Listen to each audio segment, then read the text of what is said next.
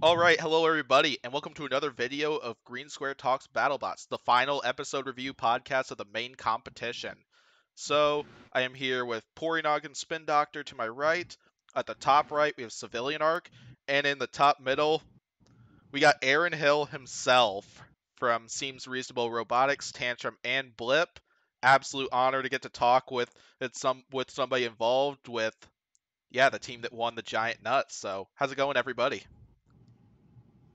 Good, good. Can't complain. I'm doing decent. Really good. Now that I'm in a podcast with Champion over here. Oh yeah.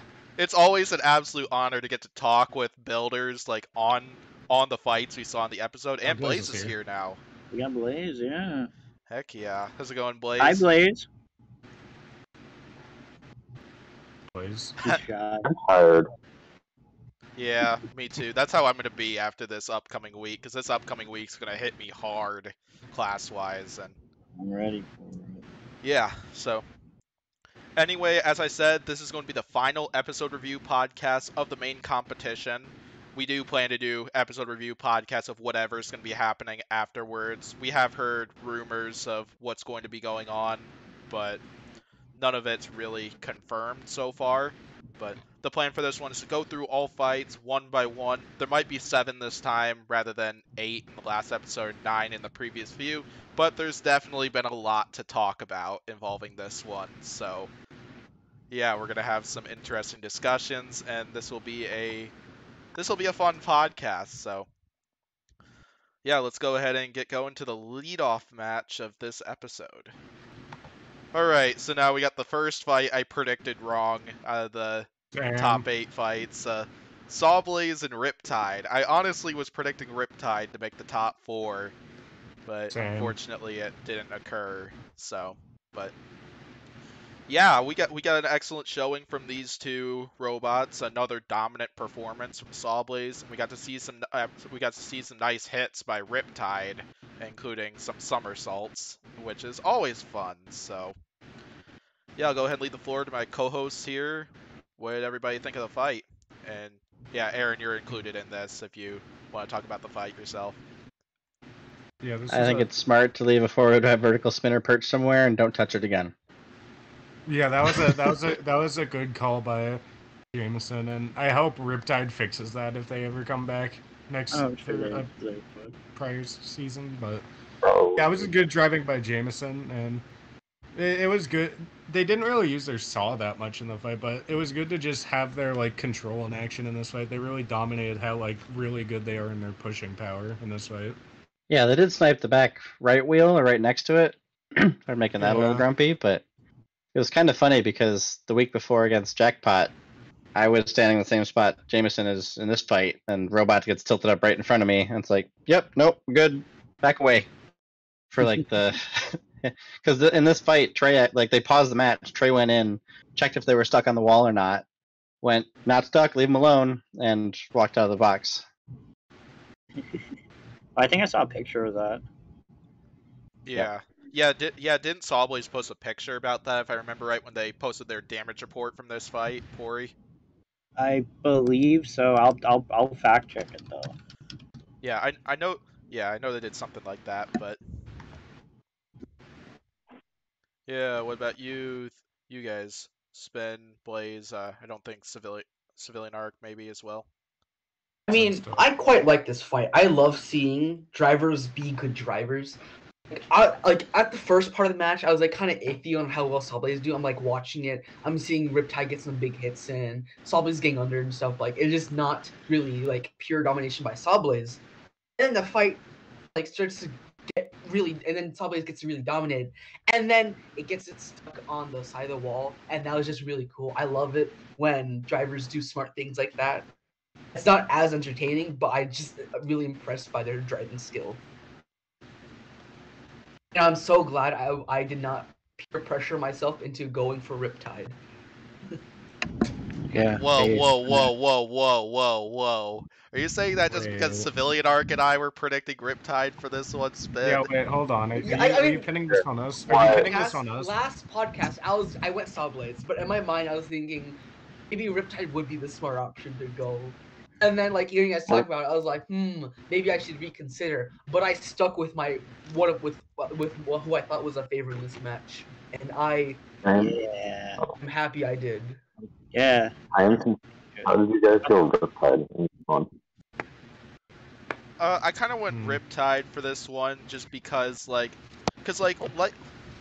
Ethan said right before this fight, like, if they get one good hit in, I think Sawblaze is probably done, because Ethan knows well, if they can get that one good hit in, like, they'll just stay on them, keep hitting them until they're dead. And that's basically what happened in the uppercut fight, and Yeah. that's kind of where I was going with when I was predicting this, because, like, because I wasn't sure what would happen if Riptide and Sawblaze went head on, because, like, there's no doubt Sawblaze would win the ground game, but if they went like reach and Riptide managed to get a nice shot on, like, the forks or something like that, maybe they could send Sawblaze up in the air, even though that didn't exactly work out. But Yeah, I could have easily seen Riptide did uppercut get Rev one 2 good hit, though. for Yeah, I could- boom, I- boom, boom, boom. Yeah, Yeah. I kind of have like really bad like criteria when it comes to predicting Sawblaze fights. I always go like Vert over Sawblaze all times, even if it's taking like on Brutus or something. I'll predict Brutus to win that for whatever reason. But so doesn't Sawblaze beat majority of the Verts it faces though? Yeah, it does, but some that of won't them, change yes, my and yeah, some of them. that won't change my prediction logic. We're gonna get another Witch Doctor Sawblaze fight next season. Yeah, what are the odds Yeah, we're gonna get Sawblaze Witch Doctor round 4 next season? 4 Battlebot seasons in a row. We'll see Witch That would Doctor be versus so funny. Sawblaze. Yeah, we need They it. should just make it a main event at this point. Like they should just like make it a yearly main rivalry. event. I mean, Yeah. they gave us Hypershock versus Bitefoot as a main event 2 seasons in a row, so I don't doubt it. Yeah. That would be a great main event. So It honestly would be. yeah, You're gonna be guaranteed a good match if you do. yeah. Oh yeah, because great like- matches. So. Because, like, Witch Doctor versus Sawblaze last year was probably, like, the best fight of the season, in my opinion. It was definitely one of my favorite fights of the season, last season, and You guys didn't have to face them after they did that. 'Cause that one scares the crap out of you. that's true. I was worried. I was rooting for Tantrum to go all the way, but they pulled it out. They grinded it. Yeah, was Yeah, incredible yeah, when you were able to pull off that victory against Sawblaze. And Especially since Pory and Green were like, "No, you're an idiot. Sawblaze is gonna win." I didn't say you no, were no, an idiot. I just like Sawblaze, man. Like He made a reasonable guess. Like I I would have voted with wrong, him you on know? that I one. mean, you two were calling me idiots for picking Black Dragon over Ribot, so Actually, I predicted Black Dragon to win that. not on the podcast. So I have the Facebook post to prove it. I got Yeah, the but, podcast to prove it. man, I don't want to hear it. Civilian, where were you when Green needed backup, huh? That's what counts. Yeah, what Spin Doctor just said. I don't even know what he just said. What? What? Well, Spin Doctor, at the time when we were recording that podcast, Civilian Arc was on Team Ribot, but then I think he flipped to Black Dragon because he knew Black Dragon was going to easily beat Ribot. So Listen. If Black Dragon and Ribot had a rematch, Ribot would take it. You know, because Black Dragon. No. You gotta no. love Black Dragon's not a frog. It's not my favorite, so it would lose. Like You gotta love how we Yeah. transitioned from Sawblaze to Riptide to two bots that have nothing to do with Sawblaze or Riptide. yeah, there's nothing Pory to say about and I got to keep our rivalry going, whether it's Black Yeah. Dragon versus Ribot and Jackpot versus Deadlift. And man. I want to see a rematch of Ribot and Black Dragon. oh, that'd That be would be sick. interesting. Yeah. I Yeah. want to see Ribot try to use the horizontal, even if it's not going to be that effective. I want to see it try it against Black Dragon. Oh, That'd be cool. I It would be so don't cool. know if It would be cool, but I don't know if they would do that though. That's the issue. I doubt it. No, I don't. It'd be impractical. I feel. How about they just use the lifter against Black Dragon? What? Lifter. The lifter. I technically have one. Yeah. I don't think it'll ever see the light of day. Yeah, I kind of doubt. Maybe- I kind of doubt we'll see Ribot use the lifter, or just because like a little bit like what Jake said in one of his recent videos, where the arena really does not favor lifters and flippers that much. And Yeah. which I'm is hoping they pull it out for like an exhibition or like bounty hunters where there's less stakes. Yeah, the big thing I did not like about the arena changes this season was not the upper deck, just that they sealed off a lot of the out of the arena zones, and just because Yeah. some of the most entertaining knockouts involve a robot getting flung out of the arena. Like, probably my #1 KO that we saw last season was when Uppercut shot Hijinks all the way out of the arena, and Let's say we got a bit surprised by that one after spending a year and a half working on a flipper, where it's like, and surprise, you're now less competitive. It's like, Aaron, how does it feel to have Thanks. more Uda KOs than Hydra this year with Tantrum? the funny thing is, for both of the Tantrum ones, the punch wasn't working. Like, it was just the impact of hitting them into the wall and some jostling is what did that. It was still spinning, just the punch wasn't working. So I have a question about that. How many of those Udas were on purpose? If I remember correctly, Jake said before the Gruff fight, I'm gonna throw him in the corner, and then I threw him in the corner. Aside from that, I don't think any. And even on that one, it's a bit chaotic as far as actually trying to do it. gotcha. Feel corner Uda is a bit dumb. It's a dumb rule anyway, because like like if you accidentally do it, it's okay, but if you purposely do it, it's not okay. Like That's one of the things I've seen people who are very much like, oh, well, they sealed off all the corners, and then as soon as Endgame Chuck Sawblaze out, does everybody go, seal off those too? It's like, shut up. Like, there's only two. Make them allowed, or give somewhere else to put people. Yeah, they don't. It doesn't happen commonly enough that I feel it should be against the rules. Because there was 5 Udas this season. I mean, that's not that many, really. I think it was Just really bad. I have 7 in my head. Hypershock, Lockjaw, both of yours, Hydra, Rough Hydra, and Endgame Sawblaze. Endgame Sawblaze, yeah. Unless there's like Udas, like in the bounties or like the secret thing, maybe that's a thing. Who knows?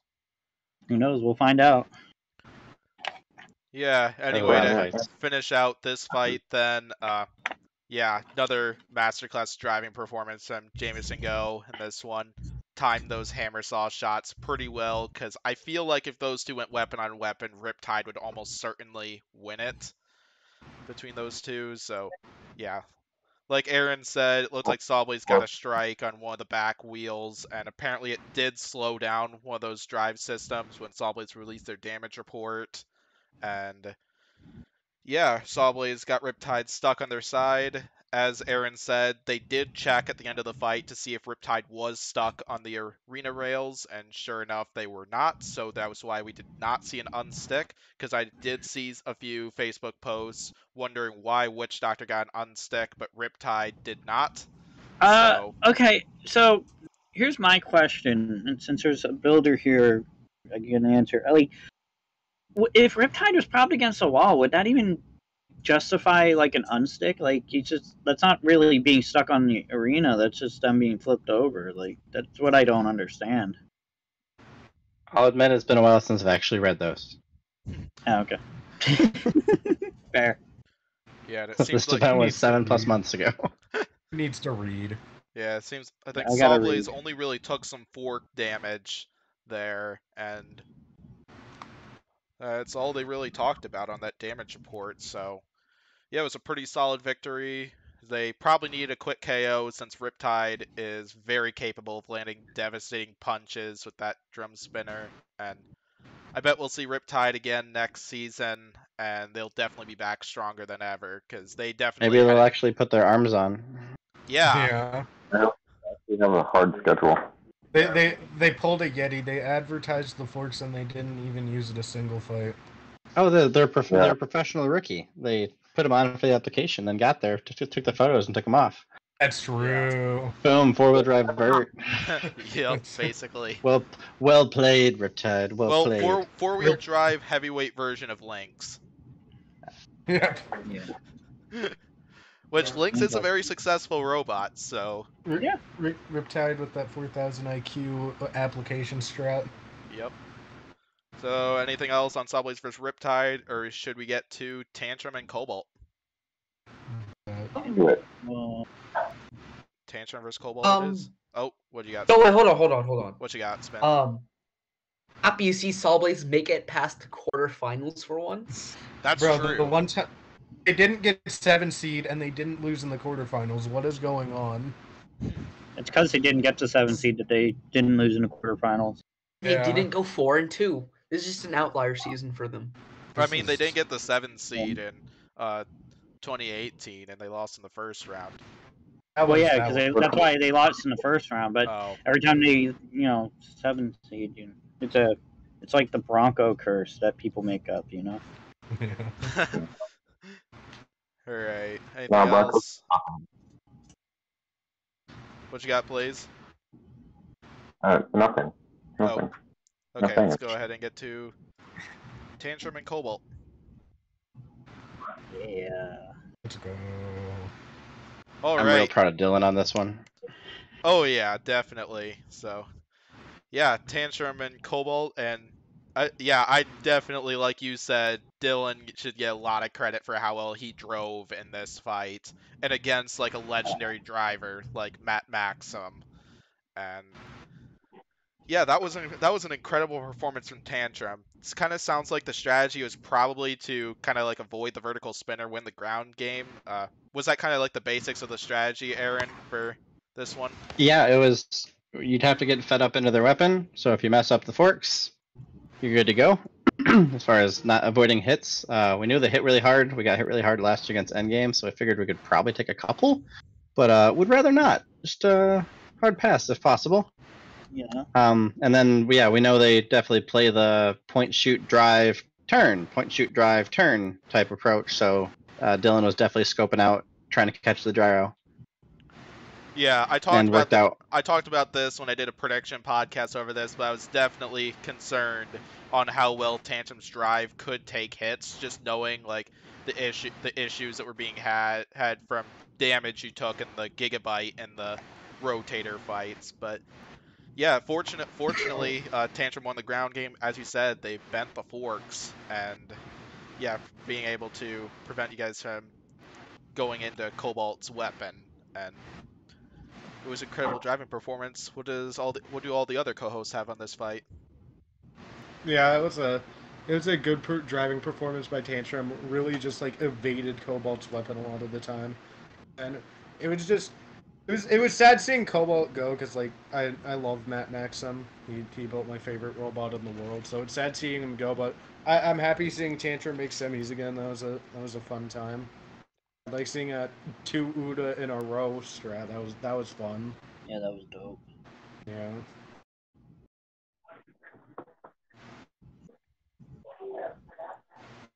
What do you guys got, Spin or Blaze? It was really funny when Matt Maxim dropped the F-bomb. I love that. It was just a really great driving match for Tantrum. I love it when builders can just show off their driving ability. Like, it's amazing to see how well they are at controlling such a dangerous machine in Cobalt, Because, like, they were just getting under there and pushing around and just evaded the weapon so effectively. It was amazing to see. And that Uda was just the cherry on top. That was amazing. I love this fight so much. I actually messaged back and forth with Dave Molds the night before, and he asked me which robot I was driving, and I said Blip, and he's like, "Oh, whew, we have a chance." And I'm like, "Dylan's not too shabby." Little did he know. Yeah, he lost. Yeah, pain. Yeah, that new Tantrum driver though, what's his name, Dylan? Yeah. He's very, very good. Like I was even saying that during the Malice match. I was like talking about how like well driven Tantrum is. Like it's just really, really impressive, and it shows. Yeah, Dylan's driven a lot of robots over the years, and then from First Robotics Land and go karts, etc. My joke has always been he's slightly better than me at driving. It was kind of funny seeing seeing how quickly he took to it, and we did get I think he had probably 2.5 hours of driving practice at home in the parking lot, messing around before. Well, not really, doing drills before the season started. So I think that definitely helps a lot. A lot more builders should try to do that, but it's an interesting one to do safely. Tantrum's easier on it because the weapon can be at full tilt or off, and it doesn't drive any different. Mm-hmm. So that makes it more applicable. Yeah, with the robotics club I'm a part of, we were actually planning to do something like that as a little competition to decide who's going to be the driver for our robots, and once we have it all manufactured and put together and tested out. So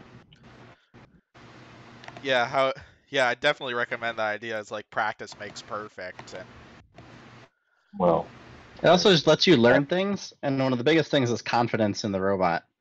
Because like before last season, I had 9 hours of practice, and that was 9 hours of electrical and mechanical issue-free driving, like no problems. Which is just straight confidence in going into a match and being like, yeah, we'll be fine. yeah, definitely. So yeah, Blaze, I don't think we've heard from you on Cobalt and Tantrum. okay, I have a question. Were you hoping, Aaron, were you hoping that you would either use the Blip or Tantrum would use the Cobalt, or what was? Because otherwise you'd have to face each other in the next round, in the semis. We'll happily face each other. If we get to the point where we're facing each other, that's one of the biggest wins we think we can get as far as facing it.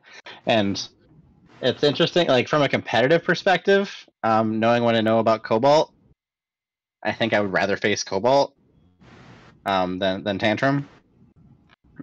Well, that's a really hard one.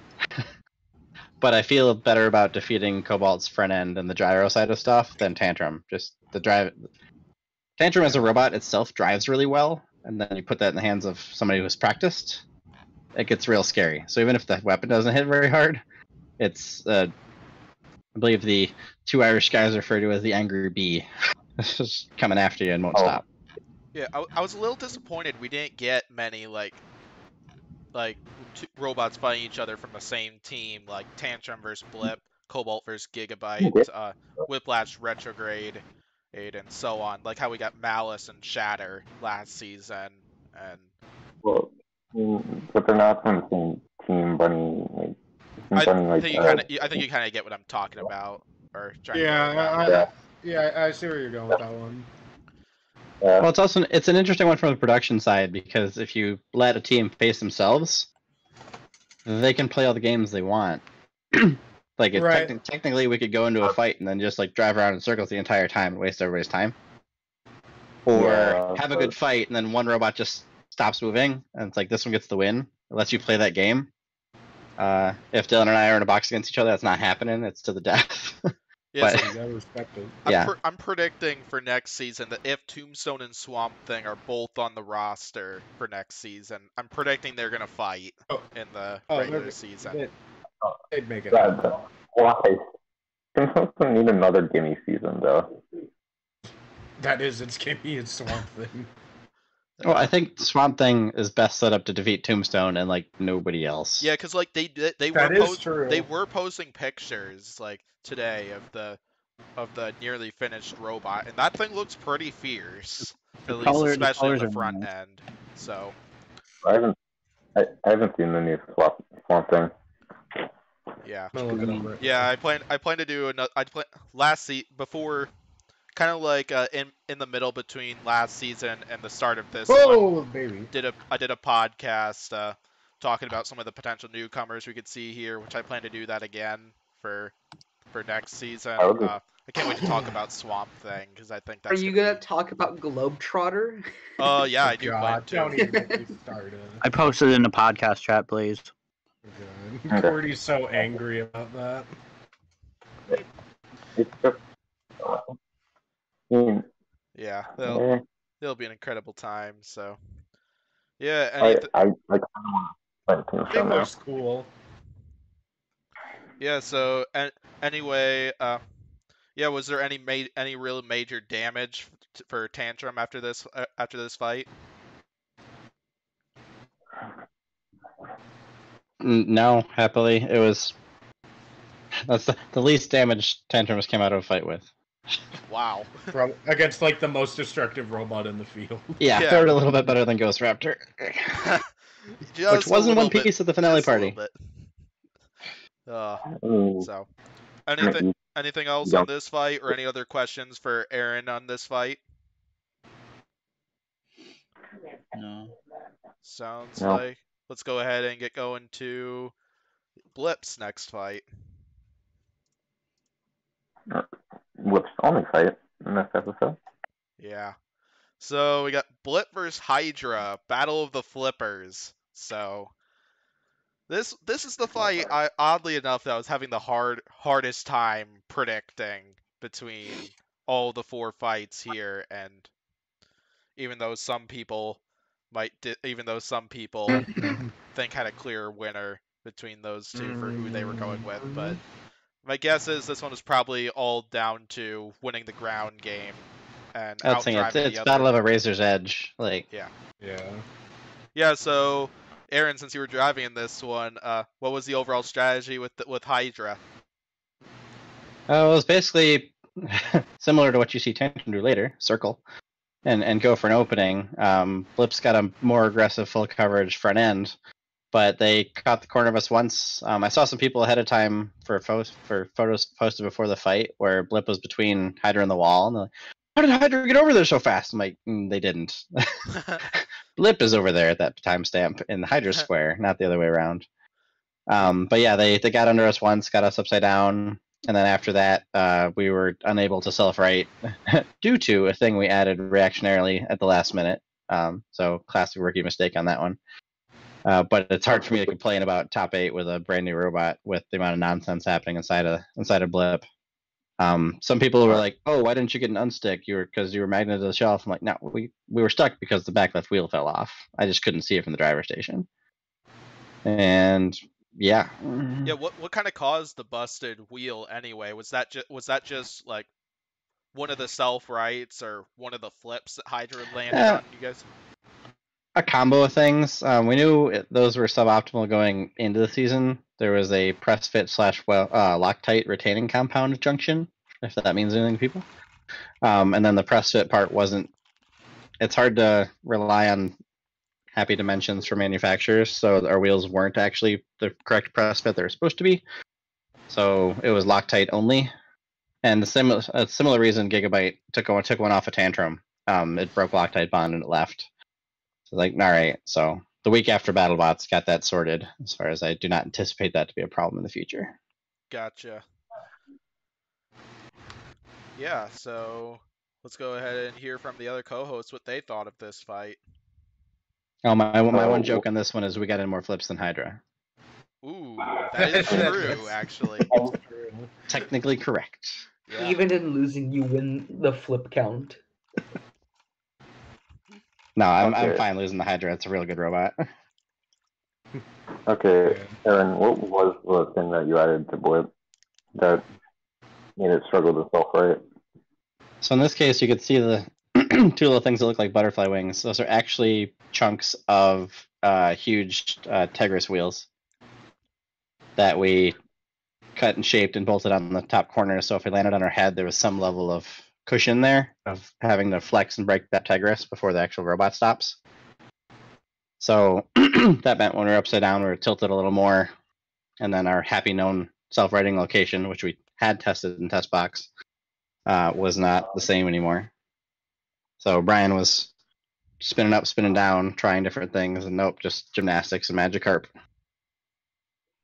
It was entertaining. I'll give you that. Yeah, we're at least going for that. Yeah. We have it self-rating happy now. Like middle of January territory, pulled it out and did some testing. And I'm annoyed because it required no hardware changes. Literally just software tweaking, and now it's happy. Pory or Civilian, either of you two? Oh yeah, I'm on a podcast. Yeah, I mean, there's not much to say about this this fight. I mean, it's sad to see Blip lose, but like I did see a lot of people post in the Facebook group being like, "Oh, robbed," and it's like, no, like you could tell the one wheel was definitely like messed up even from like watching it. But I'm looking forward to seeing Blip next year. I'm hoping for that ceiling shot. We're praying for it, and I'm excited. I hope we get Blip like a. I want to see Blip take on another horizontal swing. Like I'd say one of my dream matches is to see it take on Rotator because that'd be a real fun match, especially since we haven't seen Rotator take a flipper ever. Bronco. And armor wise, I'm stoked for any horizontal. Like let's go. Bronco doesn't count. It lost its flipper like first shot. It was a wedge. Let's be honest. Fair enough. It was a repeat of the Beta Rotator fight, except less controversial. Don't let Oblivion know I told you that. Watch this podcast and then comment down below calling you out. No, that would be pretty fun. Well, the share has movable arm rest. You want to talk about this fight, Spin? I mean, I honestly don't really have much to say. It was just Hydra got under first, and that was just the fight. It was funny to see Blip just flop around. I was really hoping it would get back up and turn the fight around. I was really hoping for Blip just to make it to the fight, if I'm being honest. They were my flipper to win over Hydra. Sadly, did not happen. I think one other funny thing here is after we got flipped into the corner, we were sitting there trying to self-right a few times, and Hydra just couldn't get to us. Like, they just kept hitting floor seam. And just until eventually, I don't know if they backed over it or what, but it was kind of really funny. though. Reminds me a little bit of Minotaur in Endgame when Minotaur got flipped over, trying to self-right in the corner while dodging Endgame, who was trying to hit them with the vertical spinner, and Endgame couldn't land that hit. Minotaur was able to avoid it, so... Yeah, the self-running part was definitely amusing to me. It was not as amusing as when you're self-running in the overhaul fight, and that was kind of incredible. And that was full power self-riding, which was not supposed to be happening. Well, not full. It was like half power versus actual self-riding is down at like quarter. It's like, oh dear. But then, yeah, we did see Blip get stuck on the upper deck. Was that both because of the busted wheels and the magnets that you have on the underside of the robot, clinging you to that area? Yeah, so from the driver's station, I thought it was the magnets because I couldn't see the back wheel. Off. But in reality, we were supported across the 2 points from the front right to the back left.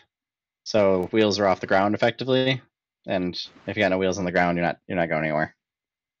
So I firmly believe if the back left wheel was on, we would have been fine.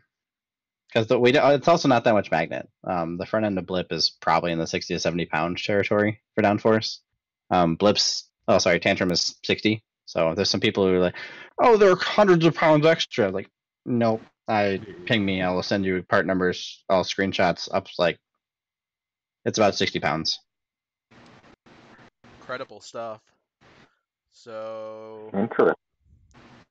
Yeah, I don't think there's really much more to talk about with Hydra versus Blip. But do anyone have any questions for Aren on this fight? Yeah. No. So then, do anybody have any questions for Aren on Blip's previous 4 fights? And so I figured maybe we could briefly talk about those with Aren, and kind of like what we've done with other teams that have been on the podcast and talk about their previous fights. And yeah, if you did beat Hydra, what would be your strategy for taking on your team Tantrum? It would probably look like a lot. Well, I would probably be doing some sitting and pointing, but a lot more actually charging. Just based on the front end, because I know all the front ends both robots have. But there's a chance the Tantrum bot would have also had the so far useless minibot Nugget in the fight too, and that's always annoying. There's just possibility of something there. So a lot of that would be me relying on happier ground game, because I can't have the weapon spun up anywhere near as fast and not gyro as far as doing wheelies. Because the second I did a wheelie, it'd be, scooped. So. Yeah, definitely. So, yeah, a question I have in the overhaul and blip fight is what was causing the flipper to like self-trigger? I don't think I watched that damage report video.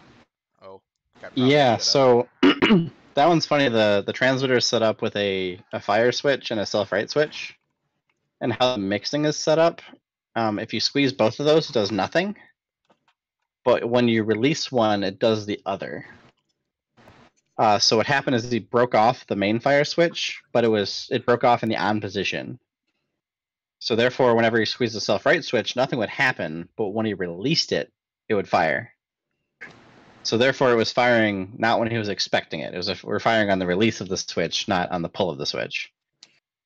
Yeah. So it was like, and we didn't, like, that wasn't something we had anticipated, practiced, been ready for, etc. So after the fight, it was like, wait, what had happened? Then Jackpot fight, he broke the switch again, so you could see him like grabbing the nub left to do it, and after that, we replaced it with some buttons. Fun stuff. It was kind of funny in the overall fight. Like we first see Blip hopping up into the air a little bit, which I'm guessing would be the extra weight you put on the flipper to kind of like protect against Overhaul's crusher. Is that accurate? No, it was purely just the flywheel spun up, so we were gyroing. Ah, okay.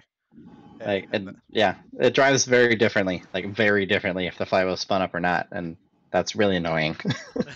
Gotcha. It was nice to see you fix that problem for the next few fights, because I don't think we saw a Blip bouncing like that in any of the future fights, if I recall right. Yeah, and a lot of that's just a strategy of when to spin up the flywheel, so we'll definitely keep it a lot lower, so I can drive around quickly and not wheelie. Then once we scoop somebody, then we can spin it up and start going for bigger flips. Yeah.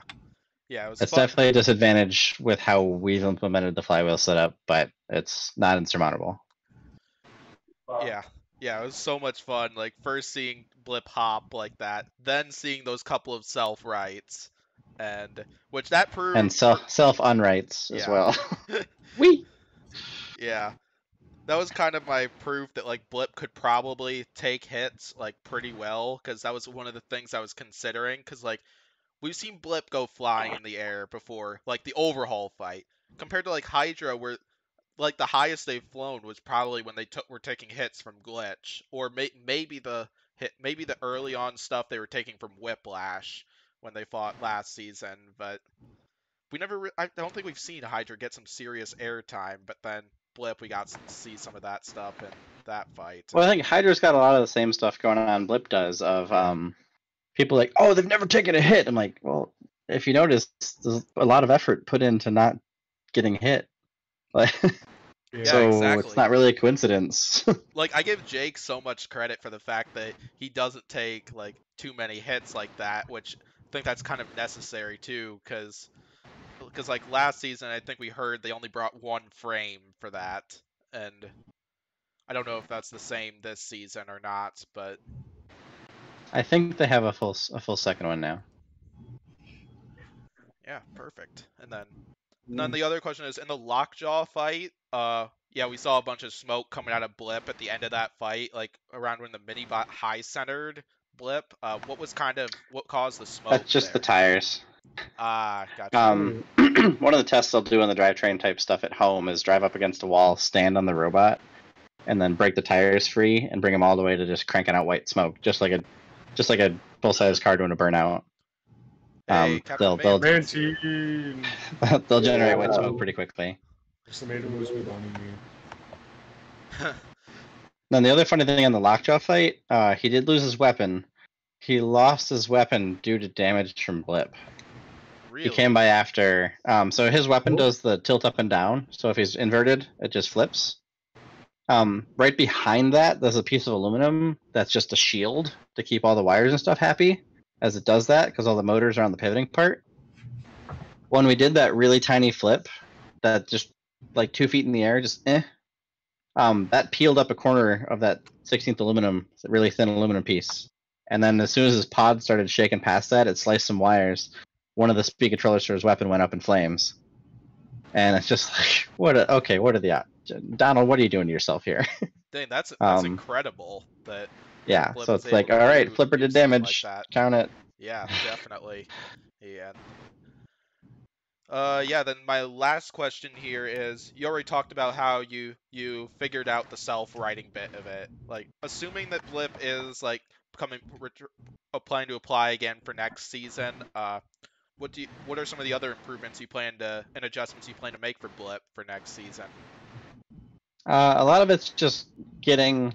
I think people have seen a lot of learning curve happening this season for driving the robot. So a lot of it's just working on getting a good cadence in the match between Brian and I, because he spins up the flywheel and I don't know where it's at. So if I don't know where it's at, I don't know if when I turn right I'm going to do a wheelie or if I'm fine.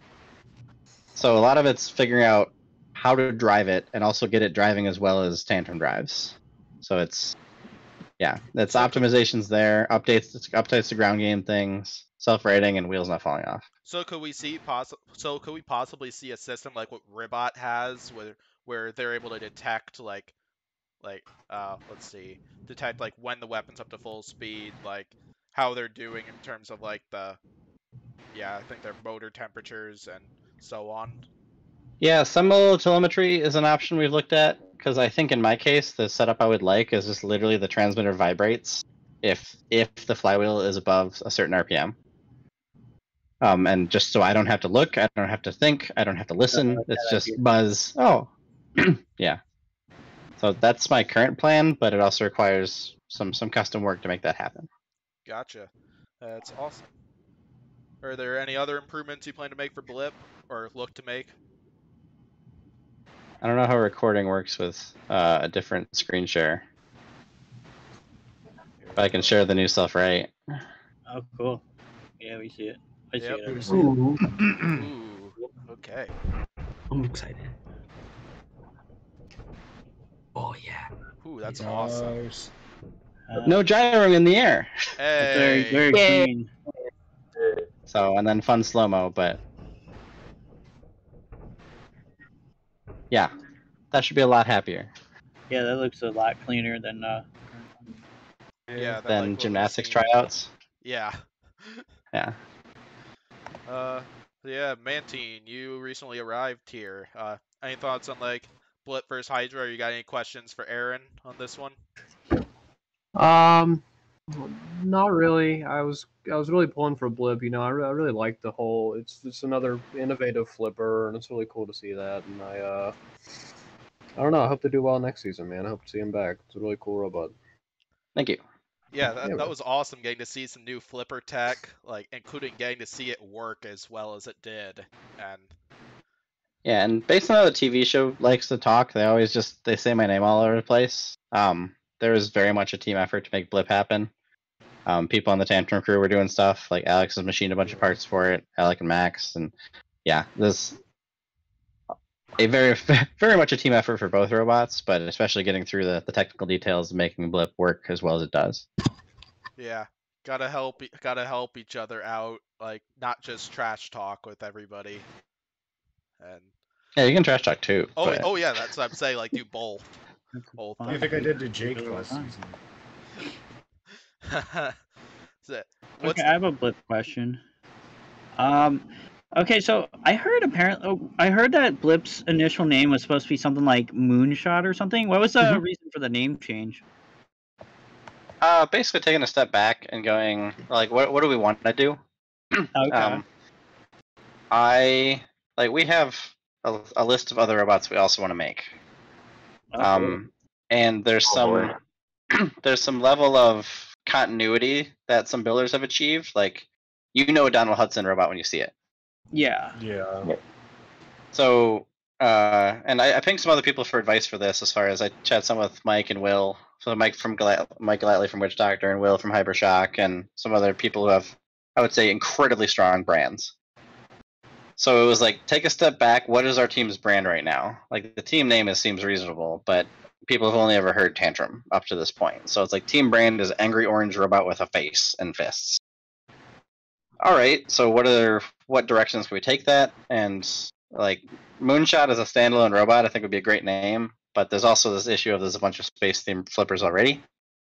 Yeah. Also, there's this British American robot called Apex, which took a great flipper name and put it to a big spinner. So yeah, then it was the thought was basically like, all right, let's just make a family of robots, bright color, cartoon character, go. Okay, we're gonna go blue. This is Blip's sister. Oh, sorry, Tantrum sister Blip, and give it a face. And I'm pretty sure I think we did pretty well on set those robots next to each other. You're like, same people made those in terms of design language and aesthetic language. It's very 'Cause- cute. Yeah, we've got more we want to make in the future. Is the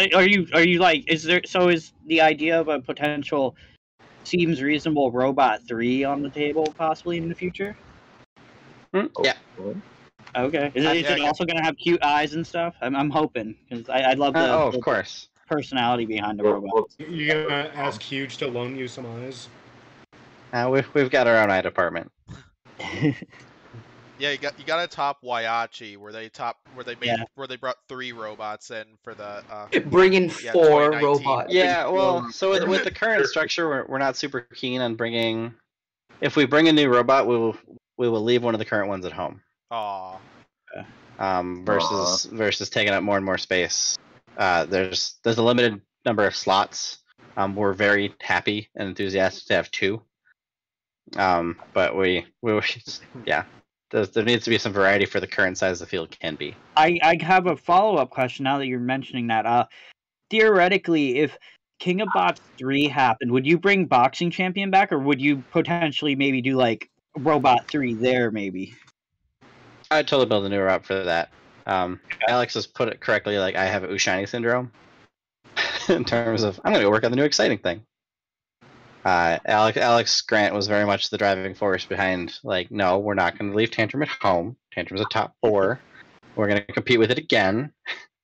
So he gets the credit for the robot making it back to the event. A bunch of us, like, people chipped in making parts for it and working on it, etc. So it's team effort there, but he was the impetus and the champion for getting it back to the event.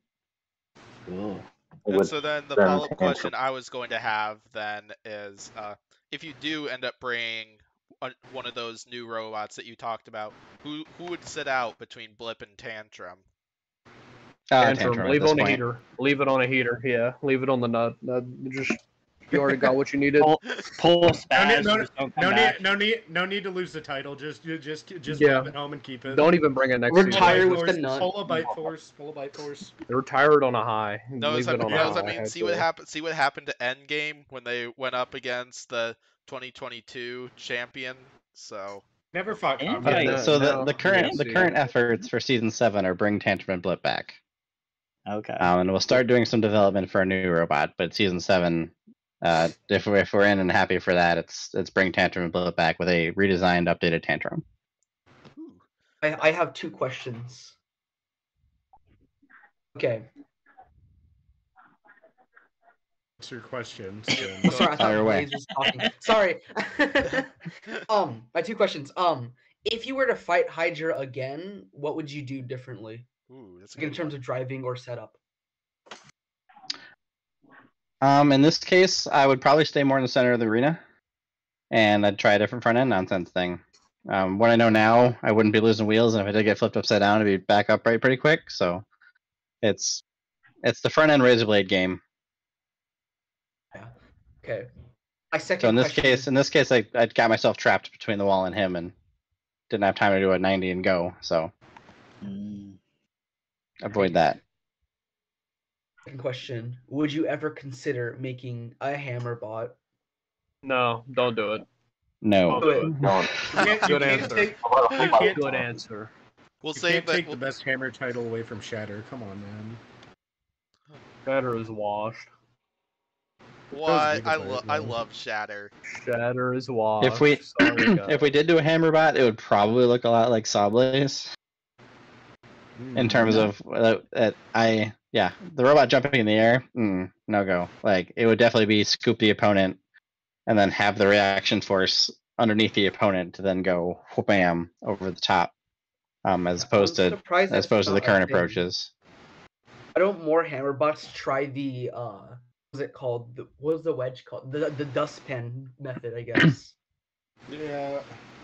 Well, it's one thing to do that. The tricky part for a hammer is you need to get a lot of energy into a thing in a very short duration. It's similar to a flipper. Like we could definitely take the same tech we have in Blip and put it in a hammer for dumping 5 to 6 kilojoules of energy in 0.1 seconds.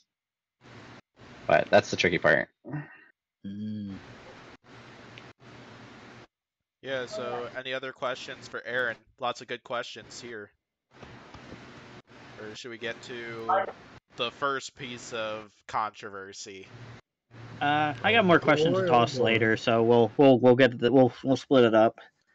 All right. Yeah. We'll go ahead and get Thanks, to Forrest. what's up, Blaze? I'm thanking Forrest for not having too many questions right now. Okay. Yeah, but yeah, it's too bad we saw Blip go out. It was nice to see a new type of flipper bot work as well as it did, and like Aren said, make the top 8. Like that's incredible.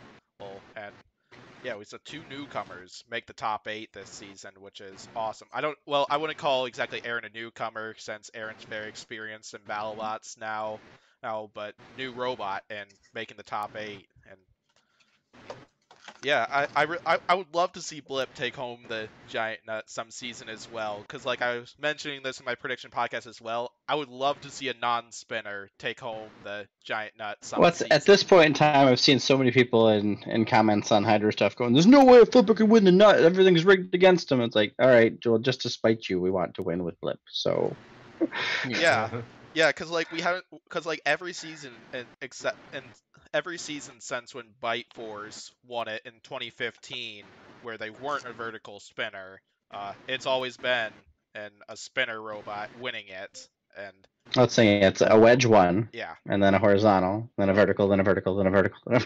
yeah, exactly. Yeah. Overhaul should have beaten Bite Force. Base. That's based. All right, bye guys. That's an interesting exit. Surprised Mantine didn't stick around to roast our opinions on the controversies. Yeah, that's what I was thinking too, because I know he's got some pretty big opinions on it. But I was so excited to get roasted Fin- when I expressed my opinions on Oh, Tantrum versus Oh yeah, Hydra. you have a hot take on that fight, don't you? yeah. I have I interesting do. thoughts about it. Nonetheless, though, it'd be really cool to see Blip or really any non-spinner take home the giant nut next season, and Deadlift. sure, deadlift. No. Deadlift counts as a non-spinner, so sure. Yeah, base. Robot in hammer Rough. configuration. Rough from Base. That'd be funny if Ribot came with a hammer configuration for next season, honestly. I want to see it now. Somebody needs to need to message Team Ribot at some point, or if we do Make a hammer. or if we do get Ribot on the podcast at some point, ask them, I can't. mention that I to would them. I love asked them about that in an AMA once, and they thought about hammer, and they did not. They decided against it. Gotcha. Anyway, let's go ahead and get on to Minotaur vs. Witch Doctor. Oh, Yeah, so here's where the fun is going to begin for this one, and where... Oh boy, oh boy. Oh yeah, oh boy. So I'll go ahead and boy. leave the floor to co-hosts before I kind of share my opinions on some of the stuff on the many things that occurred in this fight. I want to make sure you all have actually looked at what Minotaur and Witch Doctor put out themselves first. Yeah, I'm gonna read that, but before I say before I read before I try to find them and read them, sorry, I just want to say I don't want to speak on the judge's decision because I feel like this fight has been edited down heavily to make Witch Doctor seem more favorable, or just to make it seem more controversial than it is, even though it is very controversial. I just have a feeling it's been edited down like other fights have. Yeah, that's kind of something I was thinking about too, because what they made Hydra and Ribot look seriously controversial with how Ribot got counted out there, but then Jake was telling us how they edited out like 40 seconds of Ribot being motionless in that fight, and Yeah, that'd be something where I'd kind of wonder if I'm kind of with you, Spin, where I kind of wonder if there was editing going on in this fight too. Not sure if Aaron would know the answer to this one or not, but There's editing in every fight. I remember, I Yeah. think Craig said this on Discord, but Slammo got Witch Doctor on the screws, and that didn't make the edit, and that makes me angry. really, I did not know that until you I think mentioned that's that. like the photo of his Patreon. Gotcha. That's a weird thing to omit. Like, you would think that Yeah. would make the fight more exciting. Like, like Slammo has Witch Doctor on the ropes briefly, Yeah, like honestly, you're not wrong about that, and trying to make it look like Witch Doctor was more dominant to that fight than they might have actually been, but it was still a dominant win regardless, I feel. Okay, so I have a question about this fight that Aaron might know. I don't know. I was told by someone else in UDA when this fight happened that apparently they did not turn off the weapons of these robots when the unstick happened. Is there truth to that, or? As far as I'm aware, they didn't. But in this Okay. case, they also didn't have one of them making some level of noise, which is a Oh, okay. So you think that the Cobalt Death Hum might have played a role in the yeah, whiplash part thing? like I think one of the biggest reasons for all the ambiguity in this is a lot of stuff comes down to a judgment call around safety, and it's always impossible to argue because Okay. as soon as someone says safety, it's like, all right, you're not allowed to argue with that. Yeah. Trey is also the one who signs the insurance policy. As such, that's also why he keeps himself as being the one to go in there and poke at stuff. It's a good call. So it's up to that guy, but it's a problem. Yeah, it seemed inconsistent because my issue really doesn't lie with like what happened with this. Like, I probably disagreed with the decision, but I didn't disagree with it enough that I'm upset about it. And as for the count out, like, it's kind of, count outs for crab walking have been kind of inconsistent all year. And like Spin said, editing. I wasn't there, so I don't know the whole lore of how well Minotaur was moving. But like, it just, I feel like I can really sympathize with like when the Whiplash Cobalt fight happened, and like, it seemed like Matty Vasquez was pretty salty on like, like Reddit or whatever, and I was like, oh, he's just being salty. But then when this fight happened, I'm like, oh, okay, that's valid. I felt that kind of justified it, because I feel like I would be pretty upset too if like they refused to unstick my robot, but then they proceed to unstick Witch Doctor the following round. And that's the Battlebots also like didn't do themselves any favors. I'm assuming some of you have heard of the Streisand effect of by trying to get rid of something, they drew way more attention to it. So Yeah. we're gonna YouTube Whiplash Cobalt, and then it turns into like, oh, well, now it's easier for all the people on the internet to see, and then you end Yeah. up with that controversy being brought more to light. Mhm. And then 2 weeks, a week later, 2 weeks later, it's surprise. Yes. The same could be said about Uppercut versus Huge, since I think Uppercut was also hung up on the part of the upper deck in that fight. Forget where they. Yeah, I think the one wheel was like sort of jammed. They were in like a weird position, and the one wheel seemed to be like underneath the upper deck. And oddly enough, all three of these seem to be in like the same part of the upper deck, pretty much, give or take a few feet. Yeah. But at least with Look up the damage report. Uppercut and at least with Uppercut and Huge, though, it was like Uppercut would have won that, like, either way, because Huge straight up wasn't moving at all. And it's just a weird thing, because if Whiplash had gotten unstuck, would Cobalt have gotten unstuck? Because I mean, they were technically on debris, so that wouldn't justify an unstick, right? I'd say, yeah, if they went unstick, it would have been just Whiplash. But then, so at that point in time, you end up with Whiplash, who would likely have been crab walking to some degree based on motion before they got stuck. It looked like it. But them crab walking is going to delay a count out there, so then Cobalt starts getting counted out, and then Whiplash takes the win. Yeah. That would probably been even worse, honestly, than what we got. Like, controversy wise, like people on Reddit like freaking out about it. Because I feel like Cobalt has like a pretty what's the word, like very passionate fan base, Yeah, having a passionate fan base doesn't make you right or wrong. No, I know. I mean, I'm saying it would have been like I'm just saying like it would have been like a shit show on Reddit is what I'm saying. Not necessarily that anyone was right or wrong. Mm-hmm. Yeah, so I'll go ahead Yep, and talk about passionate fan bases. Yeah, oh yeah, no doubt about that. It's crazy how much the passion of Hydra's fan base and stuff, like, Oh God, or don't how even get much me how much a lot of started. that stuff We changed, get to because like that. there were so many like Oh, don't anti-Hydra, even. there were so many anti-Hydra people, like for like the Ribot fight, the Black Dragon fight, even the qualifying rounds fights, and then we get the Tantrum, which we'll talk about later, and yeah, people are all over saying on Hydra's side on that one, and it's kind of crazy how fan bases can kind of like change The in Hydra. favor and not in favor. Well, I think it's just different people. I feel Oh like yeah, just Hydra and flippers in general just seem to have like a very local fan base. You know, like whenever their robot, gets like chipped over, like they're gonna speak about it and they're gonna speak about it loud.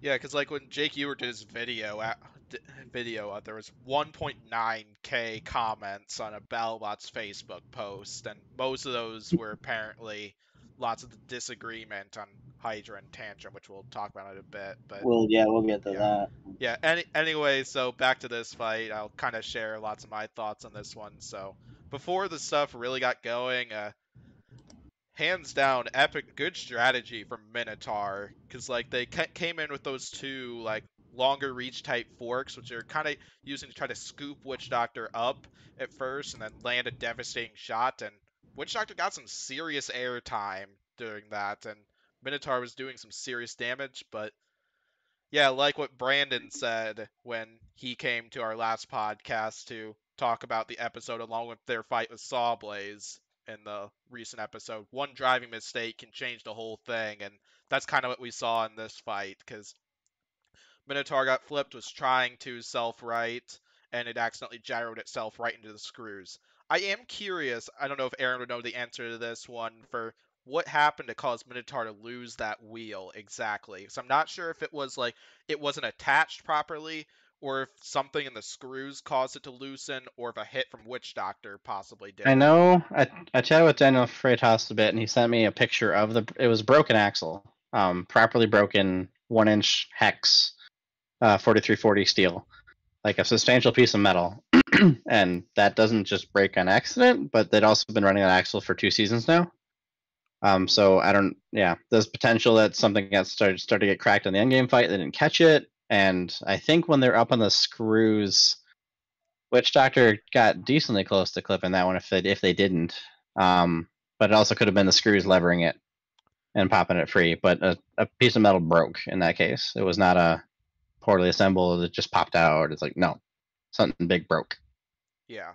So anyway, now kind of to talk about the controversy, well, some of the stuff that people are talking about, and I'll let my co-hosts share their opinions on this. So the first thing I'll talk about is the judge's decision. So I personally did agree with the judge's decision. I thought Witch Doctor should have had this one, and this is coming from somebody whose number one is Minotaur, although also in my top 5 favorite robots is Witch Doctor, but I did think Witch Doctor had this Witch decision. Doctor's your brand. Yeah, there. Yeah. Minotaur was originally my brand when I made this Instagram account a thing back in the 2019 season, but yeah, overall I did agree with the call. I felt Witch Doctor got this one cuz like I felt the lost wheel kind of like won it on damage for Witch Doctor, and that's the thing. I think if Mike hadn't have been sitting there getting told they're going to get counted out, he would have just timed the right pot shots to take them to just keep yeah. being aggressive. Yeah. Which is kind of what Tantrum was doing to Witch Doctor in the final later in this. Yeah, and Of that's what I was going to be talking about next, actually, because yeah, a lot of salty people were talking about how Witch Doctor is backing off. Witch Doctor posted recently pretty much exactly what Aaron said, because apparently that's where I took it from. yeah, Horse's mouth. yeah, Mike's mouth. yeah. Apparently there was communication within the refs that Minotaur was going to get counted out, and yeah, it didn't happen. Well, I do think Minotaur was being like a little bit kind of like on the up high end in terms of like preventing the countdown, like a little bit overreactive, but That one's an interesting one just based on like the ref is the one who's making the determination of whether or not you have controlled motion. You don't get to argue with that. Like if Yeah. you're in the middle of a soccer fight and you tackle somebody and the ref's like, "Hey, you're out," you're like, "That wasn't a tackle. That was a nudge. I'm not." It's like you don't get to do that in sports. So Yeah. that one's definitely like, careful, guys. Definitely after hearing, like, seeing that post from Witch Doctor, like, I didn't like some of the editing of that scene, of that area, because them, like we didn't hear anything from not really much from the refs. We had one ref warn Minotaur that they need to see controlled movement, but other than that, it was just us seeing Mike Gately complain that Minotaur wasn't being And counted out, and John Remar did also put up a post yes, clarifying from They the ref did. perspective, and that lines up. So yeah, like That- yeah, and then I think the biggest culprit of this whole scenario is just like the lack of communication and like the general editing around it. I feel like the editing just made everyone look like an idiot, kind of, if I'm being honest. Like when I don't think anyone was really at fault for this, you know? yeah, I would agree. Yeah. Yeah, and so in Yep. terms of whether I think Right. Minotaur Yeah, I definitely agree with you there. in terms of whether I think Minotaur should have been counted out or not, I'm not going to give a response to that exactly, because It's like hard to the tell. whole exactly what Pory just said, like crab walking rules have been so inconsistent this season, yeah, I'm most interested in improving clarity for the future, and I'd like yes, to see it biased more towards like yeah, this is my go for it. personal opinion, but I think Battlebots should do what Robot Wars and Bugglebots do for that, where if you're just driving in circles, you should be counted out. If you can leave your circumference, the countdown turns off.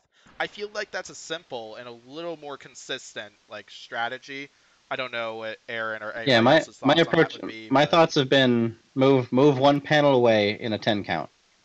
As far as a standardish, like I can say they have to move, like if a robot can't move one panel away in a 10 count, an audience member who is watching this will know what that means. It needs to be so clear that that is the bar, and that also I think definitely shifts it back towards the robot of like Minotaur would have no problem doing that. Robot was having no problem doing that.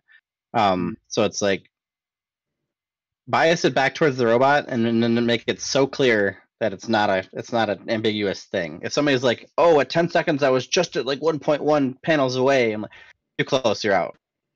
But it needs to be that cut and dry. yeah, I'd agree with that. And then the last thing I'm going to talk about, which is the thing that I was most unhappy about with this fight, is the unsticking process.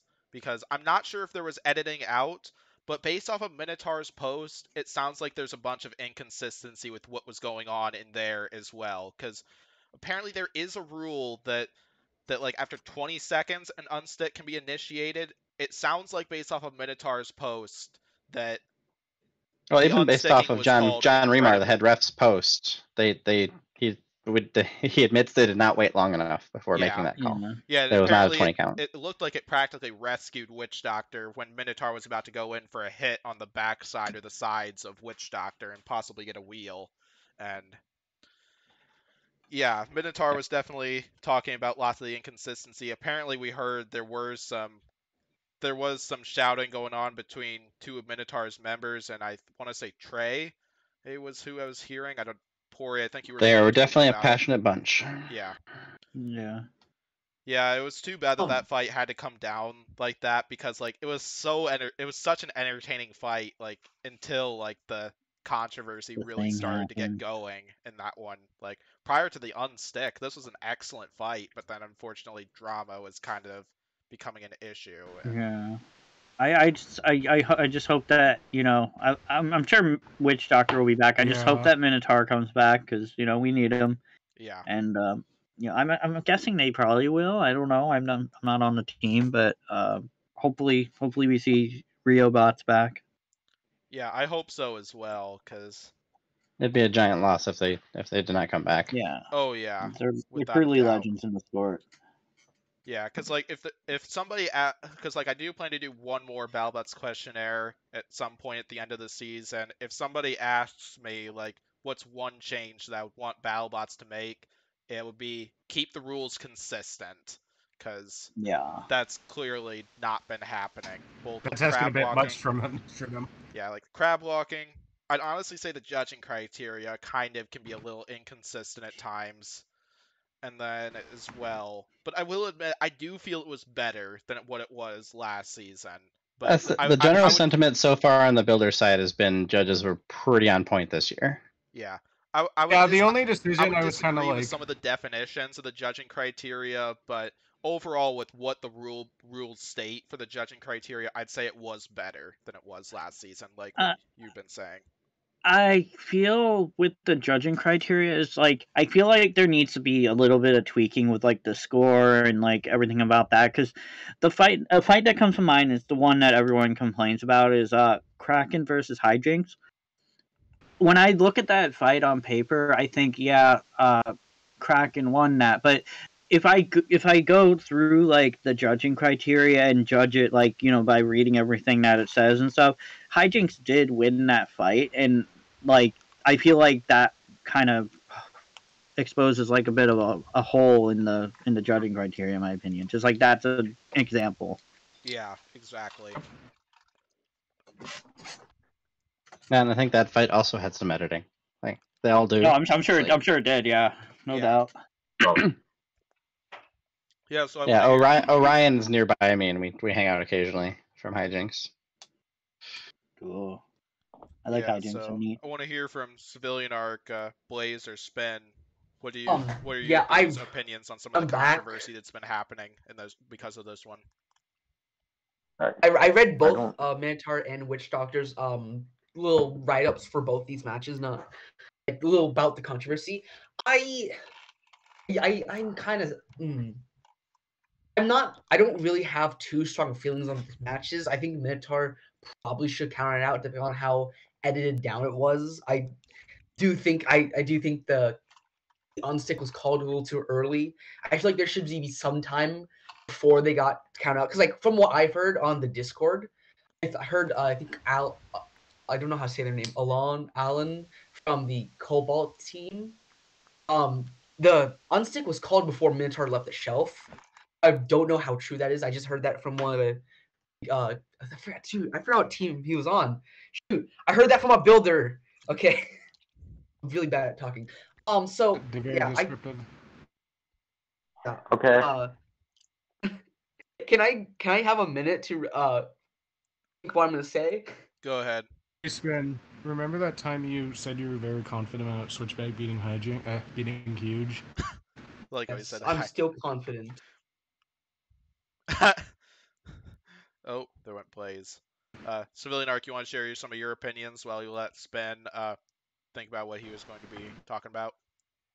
Yeah, so I'm kind of on the same page with Green on this one as, yeah, they really jumped the gun on getting Witch Doctor out of there. Like, I understand that Witch Doctor was very clearly stuck, but, like, they did, like, absolutely, they really jumped the gun on it. Like, is there even, like, in another arena, I forget examples, but, like, I don't think I remember any single, like, arena unstuck, like, where you have to unstick the bots that are caused by the arena, not by the bots getting stuck together, like Big Deal versus Adam 94 or something like that. But like, in my opinion, that was like a. What are you guys' thoughts on in the future to remove ambiguity? No arena unsticks. If two robots are stuck together, try if you can do it safely. If you can't, judges. Okay, yes, I've actually been thinking about that. So what I think is, I think there should only be unsticks if it's two robots locked together, or kind of like the Kraken rotator situation, Sawblaze Kraken, Ab94 Big Dill. If it's like an arena one, I don't think there should be an unstick, because like most of the time, like it's a driving error, which that's really hard to say because like I felt Deep Six and Smee had like a bunch of potential, and then Deep Six got stuck in the kill slots and So one of the counterpoints is like go back a couple seasons, and if you did that, Cobalt Duck stays the same as far as Cobalt getting high centered on floor. Yeah, exactly. And Duck winning, so it's like you got to be okay with that. But at least it's consistent and easy to apply and not ambiguous. Yeah, Most arenas, most of fights where a bot gets stuck from the arena of some sort of situation, it has been in driving error. The only exception I see in this is like something like Tombstone versus Minotaur, where like Tombstone hit Minotaur into that like broken piece of floor. But that was like 3 seasons ago, so whatever. Oh, so the floor has been significantly upgraded since then, which is nice. Yeah, that too. Yeah. Significantly upgraded. I think from like a tournament standpoint and like consistency standpoint, just no arena or wall unsticks is a good idea. Pory, But like if What? I were like one of the producers or something like that, I see a fight just end because one bot got stuck in a wall, I would be really disappointed. Like I understand the point of view that like you don't want you don't want a fight to end like that, especially a tournament fight between two fan favorites rematch in the quarterfinals. But yeah, I think just for consistency, they should just do no unsticks for the arena and stuff. That one comes Yeah. to the juxtaposition of show competition. Like Pory, how does What? the freaking BattleBots Instagram like accept all your like DMs and That stuff? that wasn't my DMs. Although they do usually respond to me. 'Cause Oh I yeah, think they love usually me. But- respond to me as well. But the thing I was gonna say about unsticks is like the big thing that bothers me, and I know it. I don't think it's an inconsistency because it isn't written in the rules. Is I don't like the idea that if like a robot gets stuck underneath like the shelf, they get an unstick. And this might be the deep six fanboy in me, but but if they get stuck in a kill saw slot, for example, it's like deal with it. I feel like Oh yeah, you gotta do one or the other. Like either both of them or neither of them. You know what I mean? yeah. Like I mean, there's a ton of bots I've gotten screwed over by the kill saws. Yeah, no, I Oh, just I just really like deep six, so I'm Yeah, it's upset like, about that. yeah, because like I personally think there should be no unsticks on the arena hazards, but Yeah, I agree. I would be happy if they went with unsticks for all of the arena hazards or none of them. Not in Yeah, the problem like, with all not- of You know them what is would be- you end up with Trey going safe, not safe. Yeah. You know what? Yeah. Know what would be a really good call though if they got rid of that upper deck, huh? And so no robot. So like we can't have like a robot each round get stuck on it. Regarding the I don't upper deck, wanna- my opinion is not that they should remove the upper deck. I think they should move the upper deck to the corners of the arena rather than where it's kind of placed right now. Well, then they'd have to like get rid of the screws and well, maybe. I guess I can kind of see where you're coming from on that, but like have to like position it where like they have both a screw slot opening and like an actual opening for a bot to get out of. Otherwise, it's kind of just like an UDA zone basically. Yeah. Out of curiosity, Aaron, what's kind of your opinion on the upper deck? I like the idea. The execution was terrible. Fair. The I believe it was originally kind of thrown as a bone to controller robots due to the outside sneeze guards getting added, and then them also saying you can't throw people out by the doors, despite the fact you can. But it was met with initial backlash, going that just makes vertical spinners better because they're just like continuously rotating flippers, and then originally as it was presented, it had walls on the side still. So if you got launched up there, you'd have to either go over a 6-inch wall or come out over the screws. And then BattleBots caved and took out the walls on the side, so you could just drive off the side. So now, to me, it's the implementation of it in the arena right now is near useless. Like, if anybody went into a match planning anything, they were planning to use the corners created by the shelf, not the shelf itself, for any strategy. Yeah. So, and I know for Blip, I had no motivation to ever throw anybody up there because, like, we put Lockjaw and Valkyrie up there, and that was only because we just happened to have pinned them against it. There's no advantage to doing it. If they put the walls back on it so you can camp the exit where the screws are, then yeah, I would try putting somebody up there because I can camp the exit and throw them right back up there. But there's no advantage to it right now. So I think if there are discussions happening between builders and BattleBots with regards to updating some design stuff there, but there's also limited options due to what is, I'm going to say, feasible to implement in time, and not a ton of cost. The worst part is I've Yeah. seen a lot like before the season happened, a lot of people were complaining that it would screw over horizontal spinners a lot, but it screwed more vertical spinners over than horizontal spinners. Vertical spinners deserve to be screwed over for one, Yeah. That's true. and That's horizontals basically did not handle that Like, well from their. like the only bot I think that got like the worst of the upper deck from the shelf was like maybe Gigabyte, and that's about it.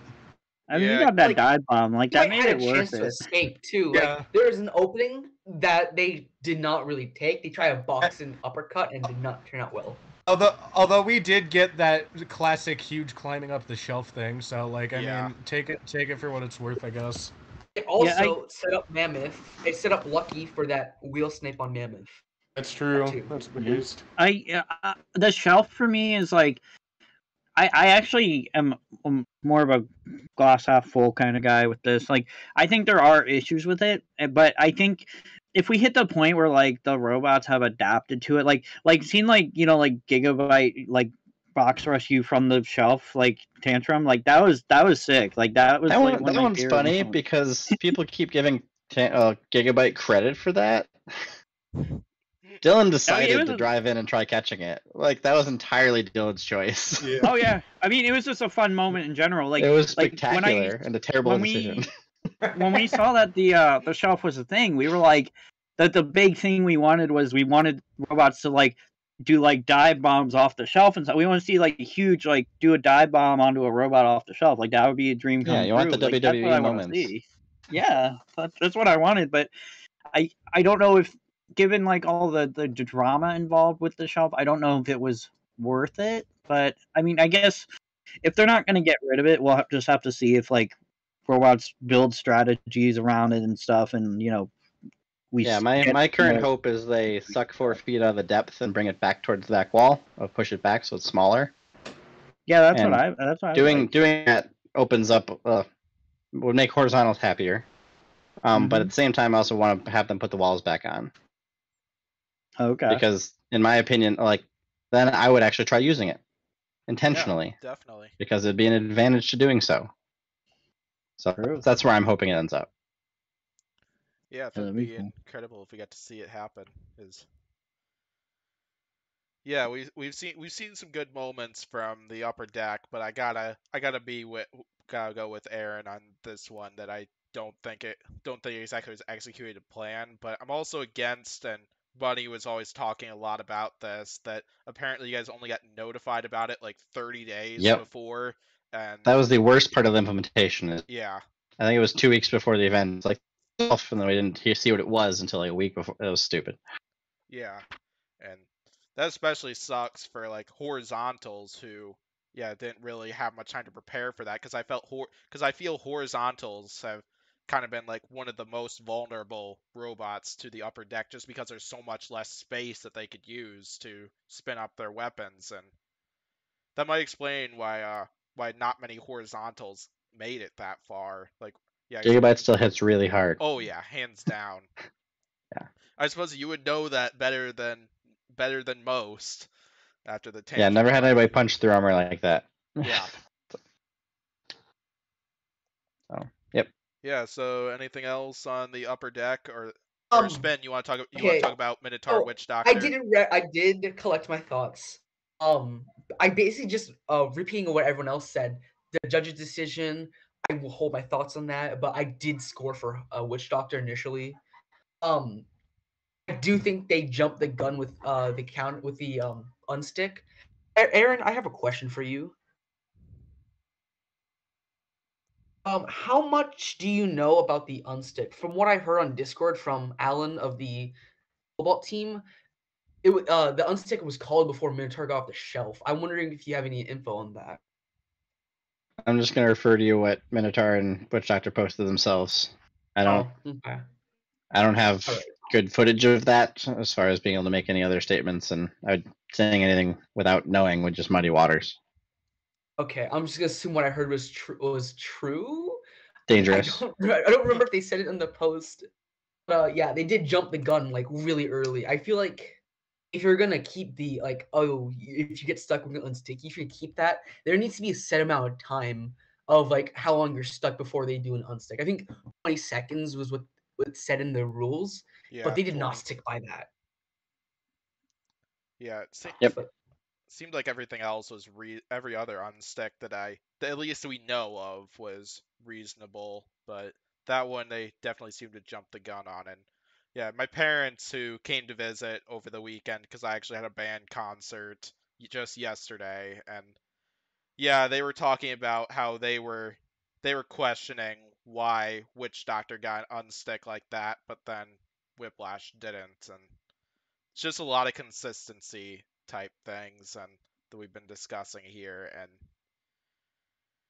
yeah, so anything else on Minotaur versus Witch Doctor? Because I think we discussed the controversy pretty well then.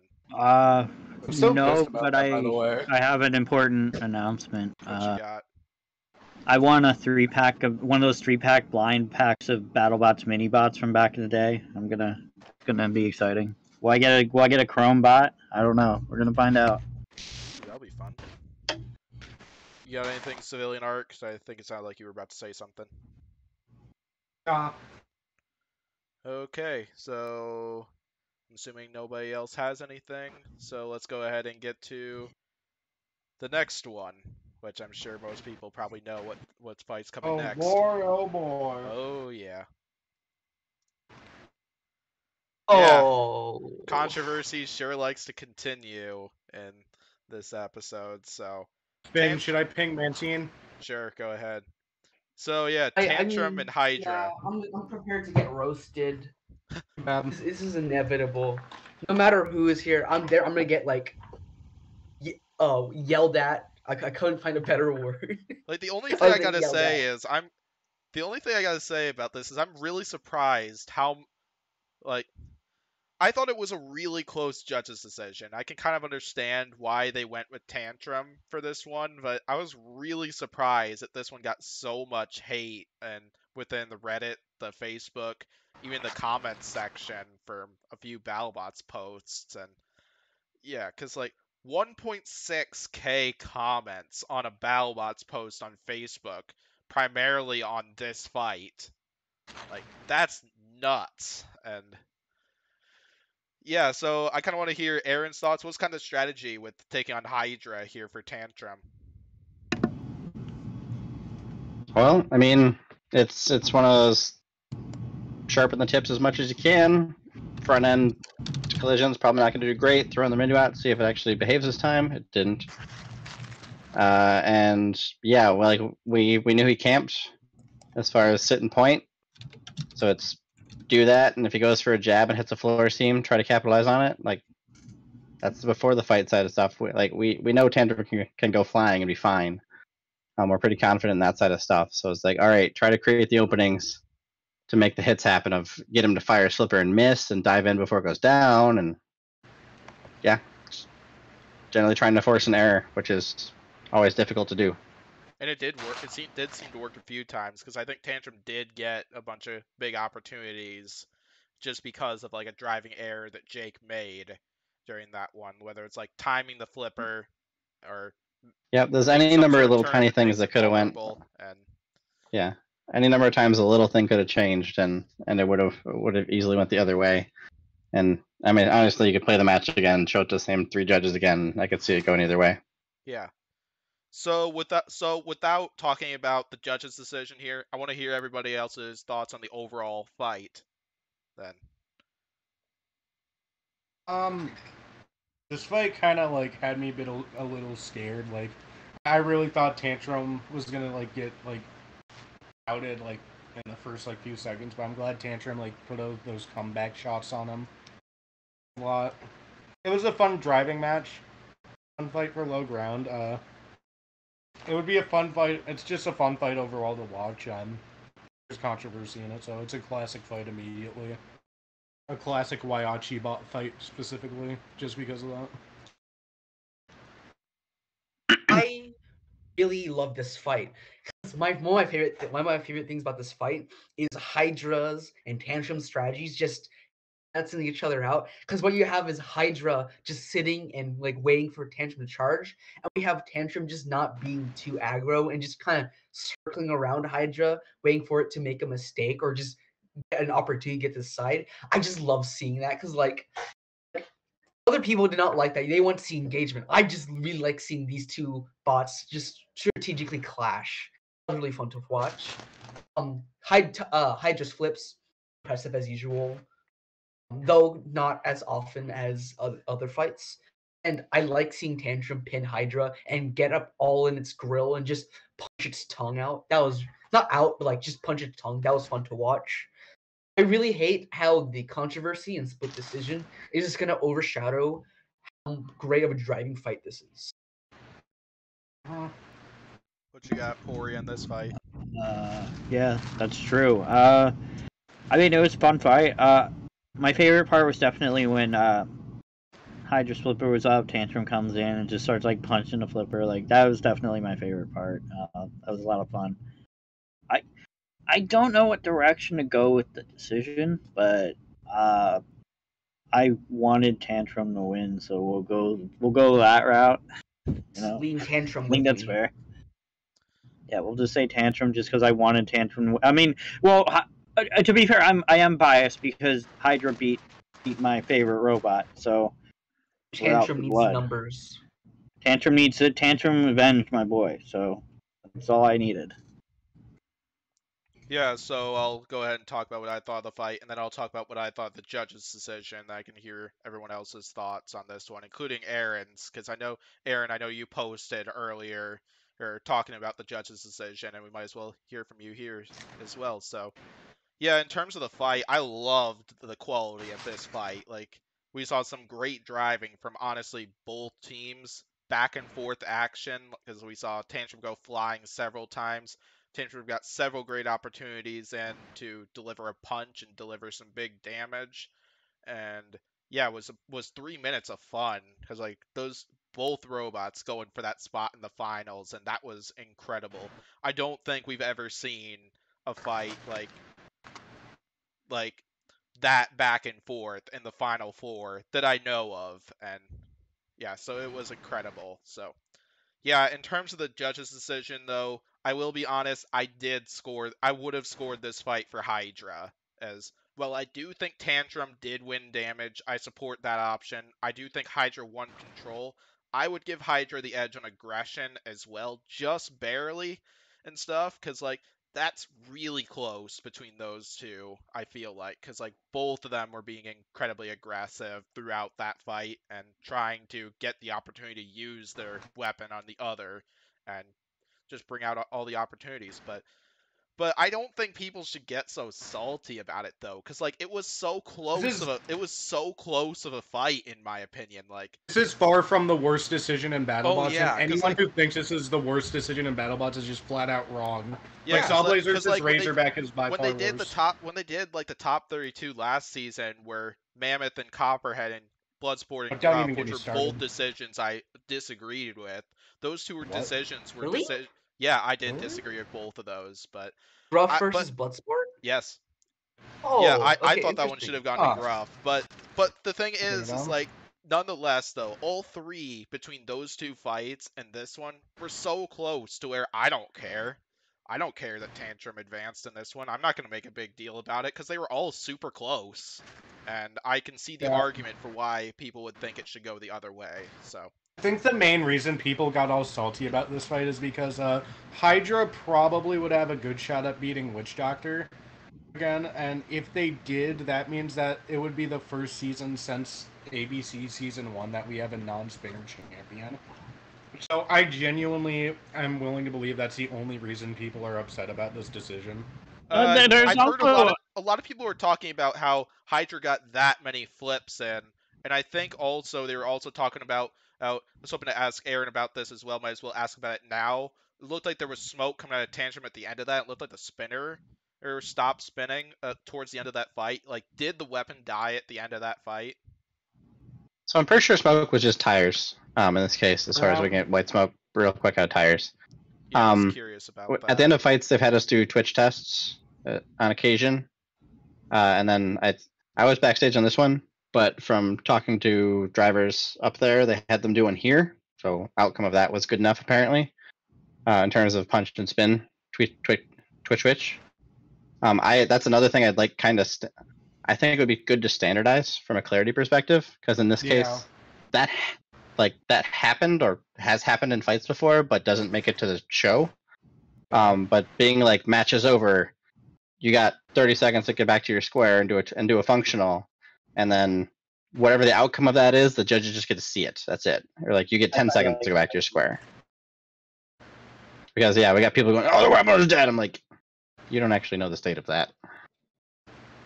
One of the reasons why I'm asking about it, just in case if that was the case and stuff or not. Yeah. So yeah, it was, we were asked to do a Twitch test. The outcome the judges saw and knew. So yeah, it's a good idea. I think the Twitch test should definitely be like normalized in every fight that goes to the judges for sure. Like I feel like that would really help with, consistent, better judging and stuff. Like show us some weapon work, show us you can drive to your square, like kind of go off of that. But I feel like a lot of the people also like. I've been seeing like a lot of conspiracy theories about this decision on Facebook. like oh, there's like oh, they have it out for Hydra because he's a flipper. I saw there's one conspiracy theory that I saw that came from a former builder. I'm not going to say who it is, but apparently he was saying that he was like Witch Doctor Minotaur, not Witch Doctor Minotaur and Hydra lost because that Johnson and Johnson money. It's like what? Oh yeah, that was Clint Ewert. Yeah, that was Clint Ewert. Yeah, he revealed who it is. Yeah, he's like posting about that, and I'm like, I'm just looking at that, and I was thinking about that while you had that picture of Minotaur and Witch Doctor up. Meanwhile, Minotaur, the robot that lost, has like on its ass the sponsor that's literally sponsoring Battlebots. So like that doesn't even hold up because Persephon's like a big Battlebot sponsor now. So it's like, or however you pronounce it. Wasn't that a joke? No, I don't know. Some people like to go on the internet and be assholes. Like, the tinfoil hat theory, man. Yeah, and in this case, like Johnson Johnson MedTech is a sponsor of the team. In past seasons, there was said Oris on the side. The company I worked for 5 years was Oris, and Johnson Johnson bought them. So this last year, the sponsorship continued, same amount of money, and no contingency about we need to win in order to get more money. It's like no, the show got no money from that. It was team got some money from and 3 of my teammates still work there. Like so that one's just like a low class, not cool. Crazy. You are worthless to the internet society. I personally think I think that's really awesome to see like such a recognizable company on a BattleBot. Like I'm hoping that we can go that route where bigger sponsors do come in. Like back in the day, you look at like a simple like Thwackbot like Blade Runner. It has like a big Snapple logo on it. Like I used to love that crap. Like I hope that the big sponsors come in. It was definitely also a bit of an interesting one to get Discovery to say okay to it, because they see that and immediately go, "Oh, Johnson Johnson's going to spend their advertising budget on this robot instead of giving it to us to run ads," because that's how they make money.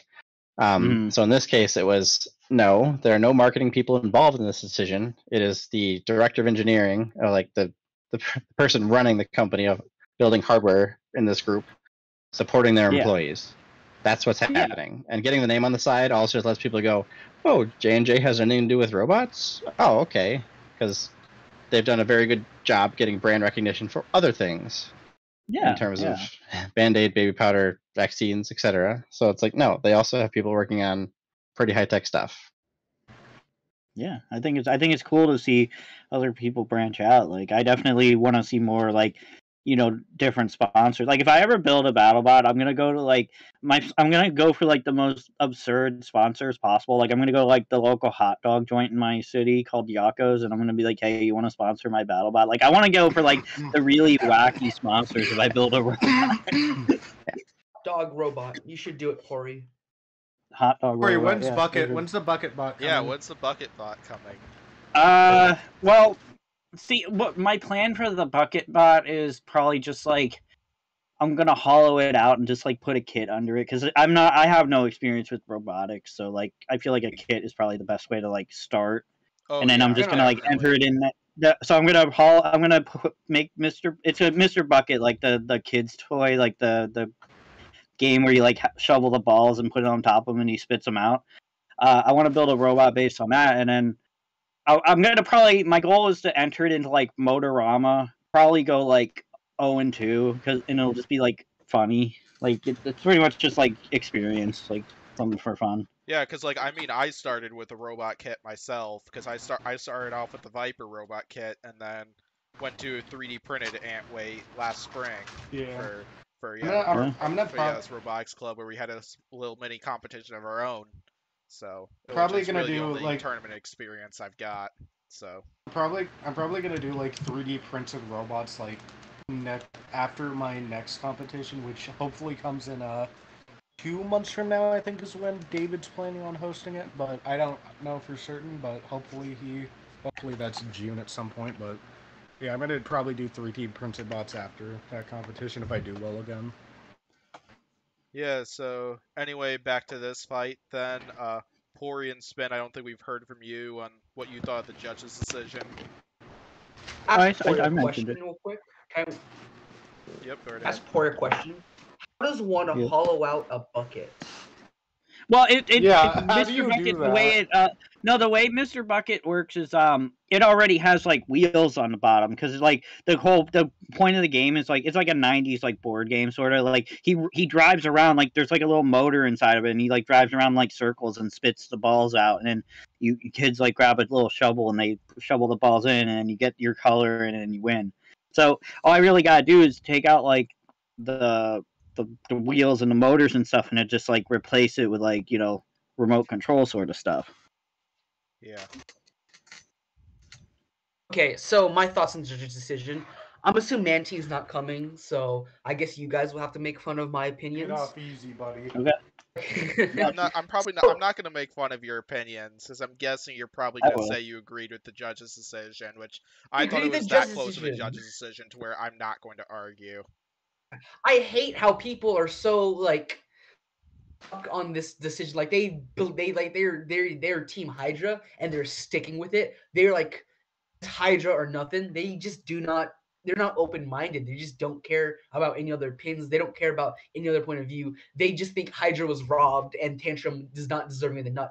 That is so stupid in my opinion. Like people need to understand this was a close fight. It's a split decision. Like I hate how people just don't see how close this fight was or don't like really care. They just think Hydra should have won, nothing else. I just hate how people.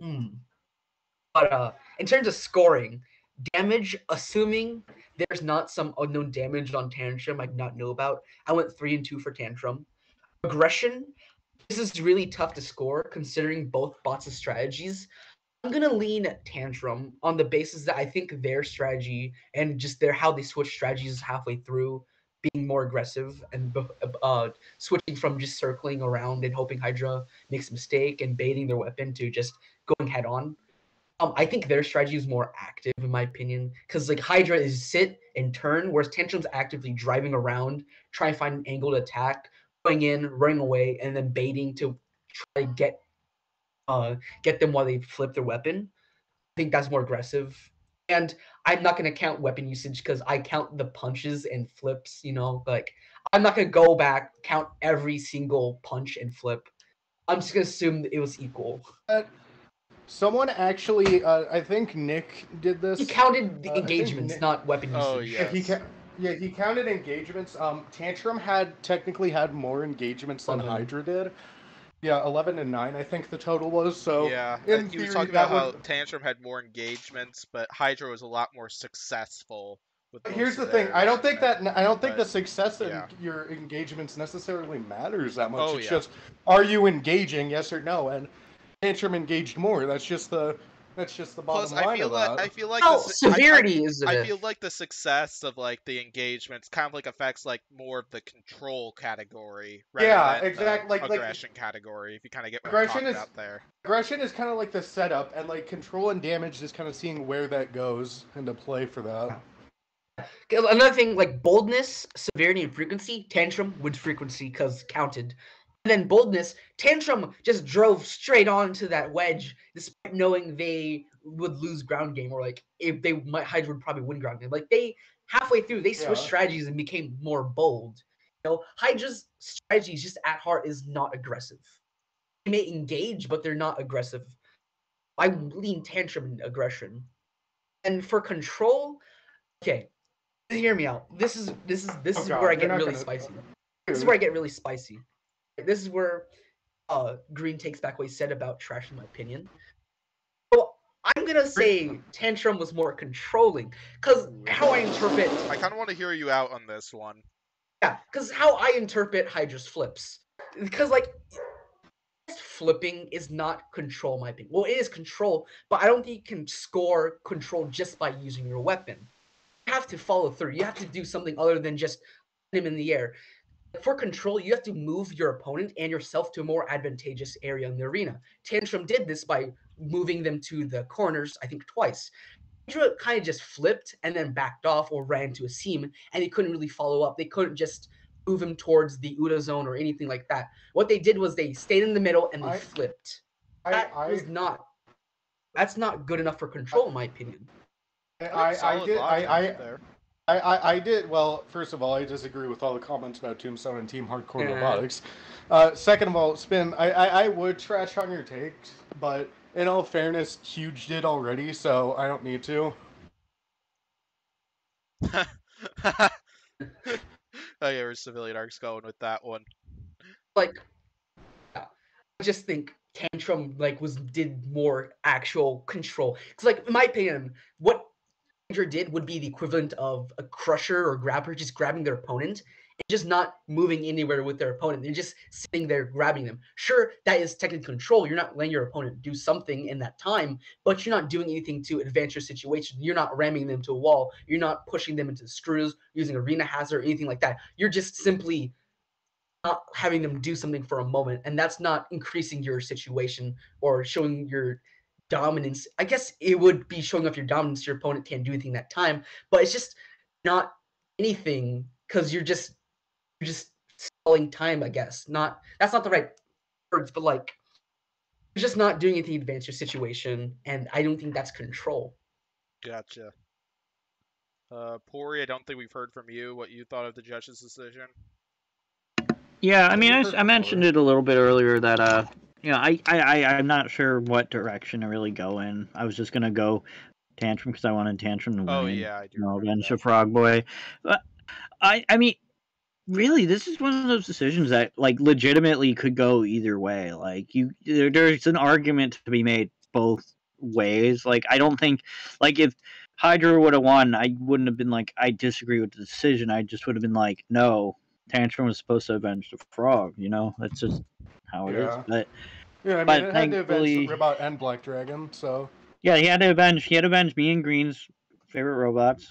It's just how it is, and they did so. So I have no complaints, And I feel even if it was like a bad call, like the way some of these people are acting, like on it's like social media, they're acting like they're like trying they're like posting like really like out of pocket things about the judges. Like you're like, oh, I'm gonna saying these mean things about Lisa. Like it's not her fault. She's handed the judging criteria. She judges the fight. Also and people went for go Hydra, way overboard with it.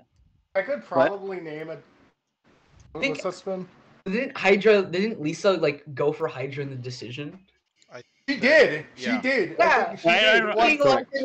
She literally fucking did. But then literally trashing Lisa for no reason. It's so. I bet if you dug deep enough in those comment sections, you would find people bashing Lisa. Oh yeah, specifically. It's a split decision, but she gets lumped in with the people who went Tantrum. Yeah, I heard Lisa was getting bashed. I heard Andrea was supposedly getting bashed as well for the Minotaur Witch Doctor thing. But the other He's not even driving. Okay. Yeah. Okay. Here's another question for Aren. I heard something. Someone told me something that apparently, I believe it was during the Minotaur Witch Doctor incident, that apparently the crowd got really out of pocket and were saying some really crazy misogynistic nuts things. Yeah, that. Pretty much exactly what I was going to follow up on, because apparently I have heard from people that attended it live that the crowd went nuts over Minotaur Witch Doctor and I think Tantrum Hydra as well, based off of the decisions and what they were seeing. So, I mean, well, one, there's assholes in the crowd. So that's going to Yeah, happen. always. There's a lot of insecure people who are like, oh, something with a female is doing good. Let me yell at them. Oh yeah. And Alex covered it well. Alex and I barely graduated college. Ginger's currently a grad student at MIT. Okay. Yeah, no, she's fine. Like, she knows what she's doing. Yeah. But some of the comments are definitely in the too far category. The most annoying part with like all the fan base getting all wild about it is that I could literally name, apart from like maybe 2015, I can name a decision that's worse than this decision in every single season. Like I swear to Apart God, from 2015. Like even 2015. this What about season, I could name a hey, decision that I Overhaul felt was Overhaul worse. versus Bite Force, buddy? Oh yeah, that's true. Not counting 2015. Okay, here we go. Overhaul Bite Force, Sawblaze Razorback, Bombshell Yeti, Railgun Max free shipping. I mean, I covered Hey, hold on, this hold in my on, hold on. Hey, I covered hold this in my on. post this morning. Like, I watched the match from the monitors backstage, and like, brain void of rules, watching match. Like, if I was Roman Coliseum, I'm like, as far as thumbs up, thumbs down, I'm like, crap, Tantrum won that. Oh, sorry, Hydra won that. Like, and as someone driving a flipper bot, it's like they pulled off almost a perfect match. So Yeah. then I hear the words split decision. It's like, oh yeah, okay. Does a wait? Okay, so damage. Okay, okay. Tantrum. Aggression is going to be a judgment call based on the judges. That's literally what they do. And control. So it's like, all right, we got a chance, and then won it. And it's like, all right, I could have seen us losing it, and no shame in losing to Hydra. Here's the weirdest part. According to Jake, in last week's podcast, he feels, according to how the criteria works, he actually thinks he should have lost to Black Dragon. Although I think that was Brandon actually that was talking about that. Yeah, it was Brandon who said that. I think Jake agreed with him on that though. Oh, yeah, you might be Jake right got about mad that. that it was a close decision. Yeah. Like, if you watch a fight, Hydra should have won, but if you're scoring, you might lean Black Dragon, or it would be really close, and he thinks that's a problem. Yeah. Well, I think the biggest issue here is like, I as a builder had a guttural reaction that was opposite from where it actually landed. So it's like, okay, they're following the rules as written. The rules as written are rewarding a robot for winning the fight per those rules, and I agree with the assessment that they ended up at. I could see it going the other way, but okay. But then Interesting. a subset of the population thinks Tantrum won, a subset thinks Hydra won, and that's polarizing enough where it's like anybody yelling about, oh, they got robbed, and like, no, robbed is if you like max out every category, and it's 8 to what, 11 to 0, or 5-3-3 to 0, and then they give it to the other person. That's robbed. Of being able to shrug off that many flips and not care. Some people are doing the boxing match analogy. It's like, all right, well, imagine a boxing match. You keep punching the other guy as hard as you can. And he keeps popping back with a smile on his face, going, "Hey there," and keeps going at it. That's like, what? Yeah, what do you count that as? No. Yeah, it's true. I agree. Yeah, definitely. You practically read my mind with what you've been talking about, because I was about to Mhm. ask you a bunch of your opinions on the judge's decision. And yeah, that People was like really to throw good around the word explanation. robbed a lot. People don't understand the word robbed. Well, the other thing is, there's been a whole lot of concern about forks and ground game ruining the sport, yada yada yada. Everybody gets all up in arms about it. I think we're actually not that terrible, but in this case, the decision put a precedent one direction on that one. It rewarded the robot doing the faster motion, the driving circles, the going for trying to get around the opponent rather than sitting and pointing. Yeah. Because Hydra, in many cases, like Hydra can't do what Tantrum was doing. Like it can't. It hits seams.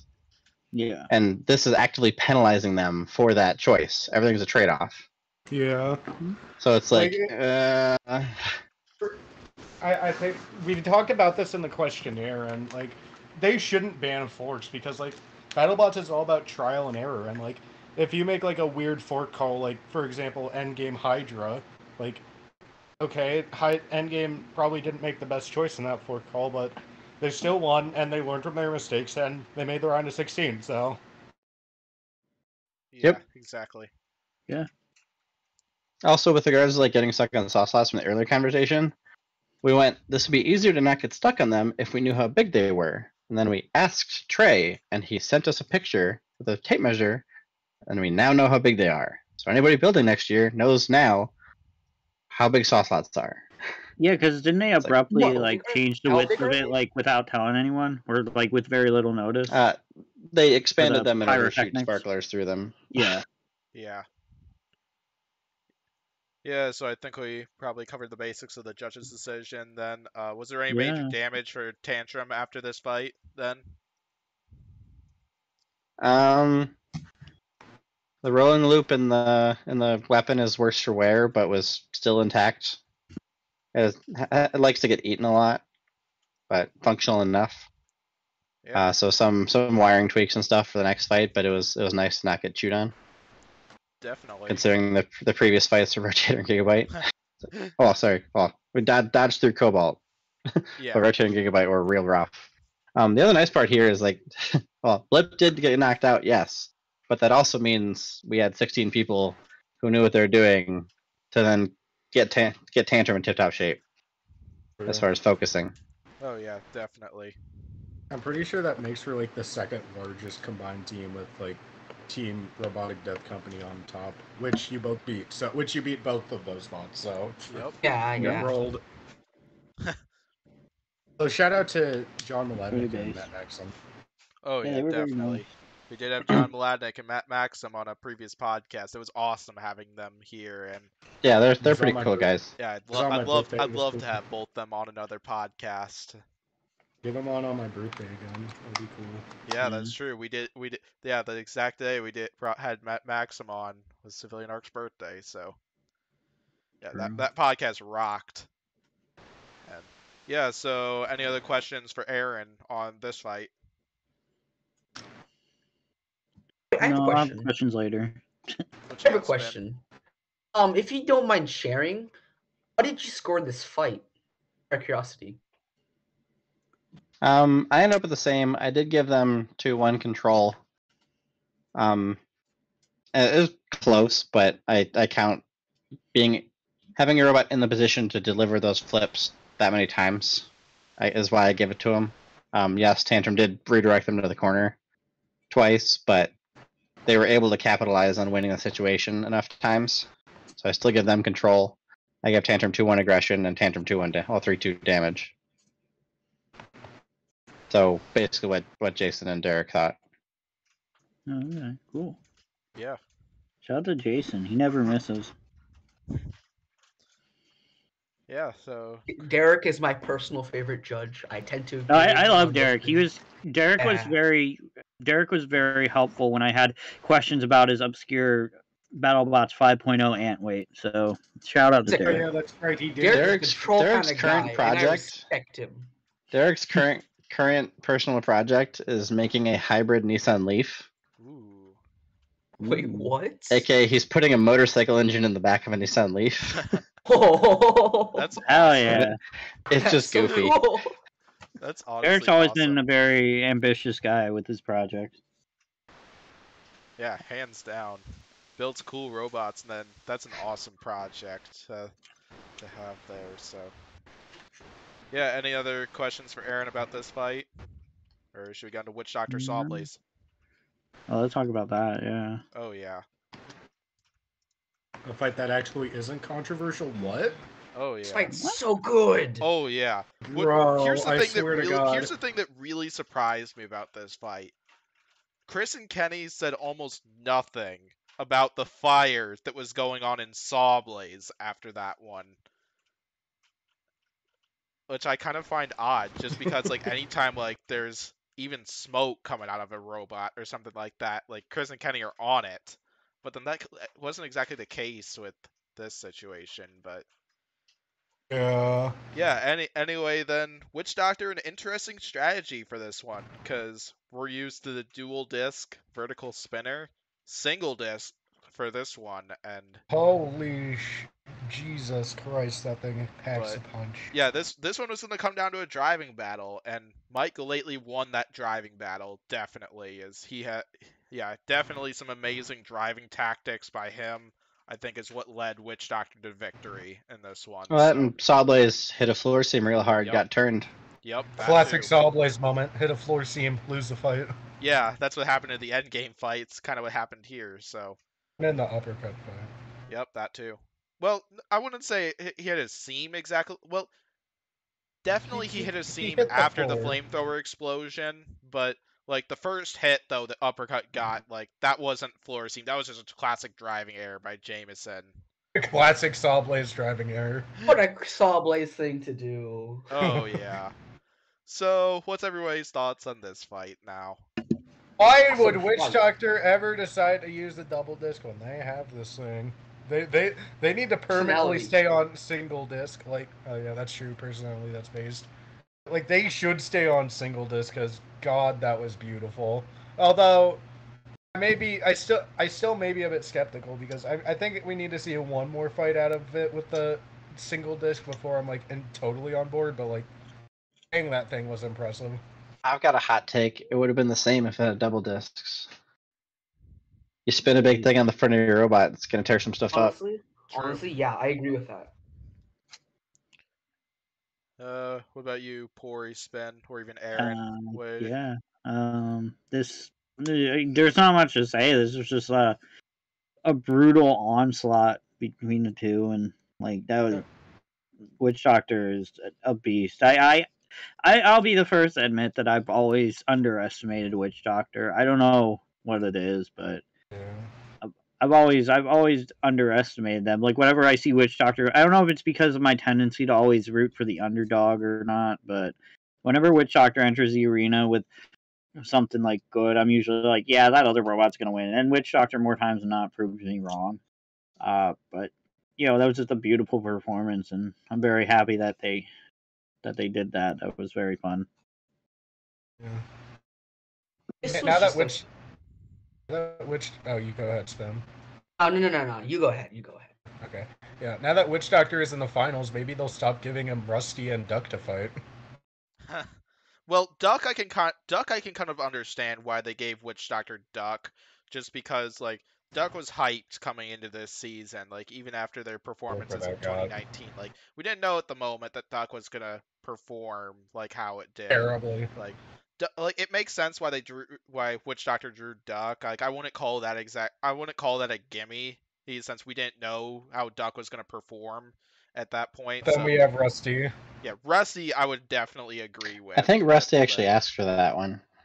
They wanted Yeah. a spinner. Oh, They didn't have to give it Witch Doctor. to be fair, I to be suppose fair, I have like, heard that Rusty does ask for lots of big opponents like that, and that's why last season they got Sawblaze and Beta for opponents. Say- Honestly, I'm curious if it's just so now kids at home can replay when they get a Rusty toy. That fight. They fought all the Hex Bugs. Next Well- thing you know, they fight Bronco and Tombstone. Yeah. Well, I guess we need a Blip Hex bug then next. Yeah. I'm pushing for the family pack.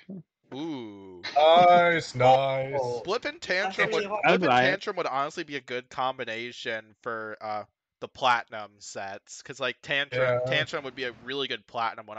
I don't think Blip would exactly match as well as a platinum toy, but it would be really cool to see a rival set with Blip and Tantrum, just because like they're both two unique robots compared to what they've come out with in the past.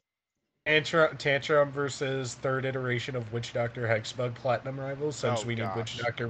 We need Self-Rider Witch Doctor. I mean, they've already come out with 3 iterations of Tombstone, so. Oh yeah, that's right. They Yep. have Blackblade. There's Blackblade Tombstone. So yeah, we need third iteration of Witch Doctor now. But yeah, so going back to this fight, once again, that was just Michael Lately outdriving Jameson Go, and yeah, the floor seams catching Sawblaze off guard. So we saw Witch Doctor snipe a wheel completely off in that one, and Sawblaze was talking about that in their damage report, how that was incredible that they were able to do something like that. And then, yeah, if you're wondering what the fire was that was going on in Sawblaze, that was Witch Doctor puncturing the fuel tank and causing a slow leak compared to what, because like very similar reaction to like what we saw like in the Blacksmith Malice fight, Kraken Rotator. There were a few other instances, but you get the idea. So yeah, this is like we're used to seeing Sawblades like dominate opponents and back and That's forth. it. In my head going into this one, it was Jameson's going to be cautious, front end pointed towards him, scoop him, and have a repeat of last year. Yeah, that's kind of But what I was thinking too when I saw the he got on Absolutely. edge, he got antsy, and hit that floor seam and overturned. Which he was going for aggression. Yep. As far as on the offensive, scoop him because he's got to hit somebody fast enough to like properly scoop and pop him up. He can't ease into him that much. Exactly. So. Yeah, but yeah, it's nice to see Witch Doctor back in the finals then after the 2019 run after they fell just short of winning the title. And yeah, so anything else on Witch Doctor and Sawblaze, or should we get to the championship? I want to say some stuff. What you got, Spin? We thought we were getting the sequel to the 2020 match. It turns out we got the sequel to the 2019 match. Also, this fight was just 2019 match. That's when they fought originally. Oh yeah, you're right. That's Yeah. Oh, okay. I thought you were referring to us getting like a Tantrum Sawblaze rematch in the championship. What? That'd be cool. It would be. Don't need to recap That would that. be We so won that cool. one. Never need to do it again. Yeah. True, that's true. Tantrum won. Leave it at that. We don't need Yeah. it. Sawblaze again. Watch Battlebots. Like Greg is listening to this podcast and he hears Greg that. doesn't make the decisions. And Hi, Greg. anybody Yeah, that Aaron. makes the matchups or listening to this podcast, Yeah. they hear that and they decide Tantrum Sawblaze main event number 1. No, I'm Greg, still if driving you're Blip, so listening- Dylan's got to deal with that. But Okay, that's true. Greg, if you're Maybe Greg, if you're leadoff fight, listening, because it we was know the leadoff will probably be Sawblaze. Maybe it'll be Sawblaze and Blip. They love Greg, if you're Sawblaze. However, I listening- would want to see. To be honest, I'd want to see Sawblaze Hydra more. To be honest, just because like those two have been Yeah. around such a long time. Those two are both. I feel those two robots are the two robots that are kind of like expertise at winning the ground game the most out of the selection committee. And I like this because we're not involved. fair enough. Yeah, there you go. Greg, if you're listening, have Hypershock fight Witch Doctor. Ooh, that would We be awesome. need I've that. wanted that They've one. been around Yeah. since season 1, and they have not encountered each other. There's literally like 3 matches between like the 5 to 6 bots that have been around since season 1. Captain Shredderator versus Hypershock. I'd want to see Hypershock Lockjaw. I'd versus want to see Witch Lockjaw Doctor, and Witch Doctor. Hypershock versus Witch Doctor. Yeah. Shredder, those are, like, the Shredderator only- Tombstone. We got that. Might happen. Oh, I spent Oh, those. wait, Yeah. Yep. So. Anyway, anything else? Wait, also Tombstone and Hypershock. I forgot about that one. Oh, yep, that one Yeah, too. Tombstone Hypershock. That'd be a cool That'd be one. awesome. Yeah, anything else anybody wants to say about Witch Doctor Sawblaze? I think we covered it. Championship cool fight, fight. it is. Okay. Let's go. Yeah. buddy. That's Scoop and right. boop. Yeah, so Aaron, what was Dylan's strategy with this one? Stay away from that spinning thing on the front. We knew they weren't running. Well, they showed up for this fight in the weigh-in tent with a set of plastic forks taped to the front, which was entertaining, like straight up dinnerware forks. Why were they? Oh, dinnerware forks. I thought you were meaning. I Yeah. thought you were meaning like a set of forks, like they were trying to troll you guys and to Oh, something that they would were remove, just like, right dinnerware forks before. as far as yeah. That's funny. Yeah, no, we love the Witch Doctor crowd. We used to go karts with them, ship out our robots to Maker for Orlando for displaying next to them, which is funny because at Maker for Orlando we had Tantrum sit next to Witch Doctor in the Battlebots display area, with nobody knowing that the finalist and the champion are right there. Yeah, no, I can't say enough nice things about these guys. So getting to face them in the finals is, well, one, I think their biggest fan is on our team. His name's Jason. But his head's exploding because we're facing his favorite team. But we knew we had the ground game. We knew Dylan's doing pretty well. They don't gyro much. They're a bigger robot, so that gives them pretty good leverage, and they're not spinning crazy fast. But it's definitely enough of a wall. We saw what they did to Sawblaze. So a lot of it was get the ground game and scoop underneath them to get those hits, but avoid the weapon. Yeah, and that strategy definitely seemed to work really well for you all because you got that early hit in, and looked like that popped that bottom plate outwards a little bit to where it high centered part of Witch Doctor, which I believe is what caused lots of those drive problems. And that's been a funky one as far as like Tantrum hits you in weird places. Like for the number of times last year the robot wore an opponent as a hat. Yes. Your conventional places to armor start getting a little funkier if you're popped up on top of somebody. So I'd like to say we planned getting them popped up and landing on our weapon like that, but the geometry and the silly weapon made it possible. So when that situation happened out of luck, like the right parts were in place to capitalize on it. So their belly pan, I think, was 1/4 inch aluminum. It caught a corner, bent it down, and they were high centered from then on. Yeah. And that's the rest of the match. Effectively, it's Dylan being careful, going in, taking the hits, but we didn't want to sit back and just let the total boring fight count out happen and call it done. It's like, nope, we're gonna keep trying to take stuff off of this guy. Yeah, basically we saw that moment. Witch Doctor's having drive issues, then yeah, Dylan drove that one masterfully once again, and just getting to the sides, the back side of Witch Doctor, just not allowing Witch Doctor to connect with that vertical spinner. That was absolutely incredible driving. Like it might have been incredibly one-sided, but I was pretty happy with how this fight went down. And yeah, I was okay with a less dramatic final. It had enough Yeah. drama. I would have wanted it to be a little less one-sided if I made a change to how this fight went down, but yeah, it was nice to see Tantrum take it all. Yeah, as a fan, yes, a more exciting fight would have been good. As one of the builders helping keep the robot alive, I was perfectly okay with the tame match. Oh yeah, definitely. Yeah, I mean, I can respect it. Yes, I want to hear everyone else's thoughts on this fight then. Also, my favorite part of this fight is driving away from Witch Doctor getting caught out in the corner and having Tantrum raise his fists. Just the anthropomorphism of that is just hysterical to me. Like I just giggle every time. Did y'all ever try to make Tantrum hold the giant nut at all? Ooh. No, that's too much work. It's too hefty.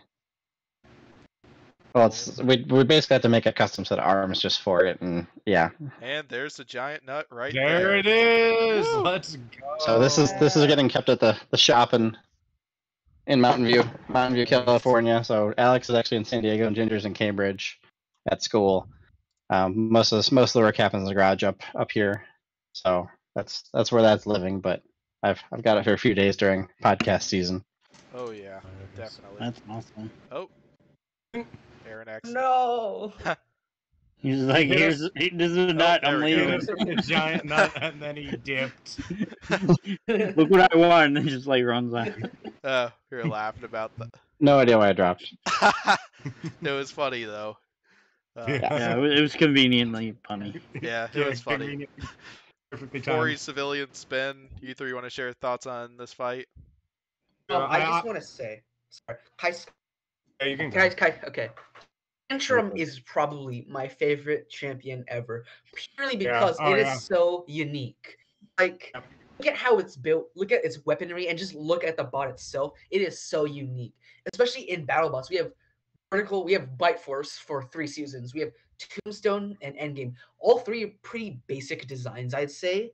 And you just have Tantrum, a puncher bot. It's amazing. I just love Tantrum so much. I love that it's a champion now. This one was amazing, and I'm gonna be honest. I kind of cried when I saw this fight, because like of how much Tantrum's evolved across the years. Like it's went from getting its ass kicked in Mecha Rampage to kicking Witch Doctor around. Somebody made the good joke of Tantrum's career started flipping burgers. I love it. Yeah, exactly. Yeah, because I was gonna talk about that just how far Tantrum's come, because like it started off as a flipper robot that, no offense, Aren, sucked a little bit. I'm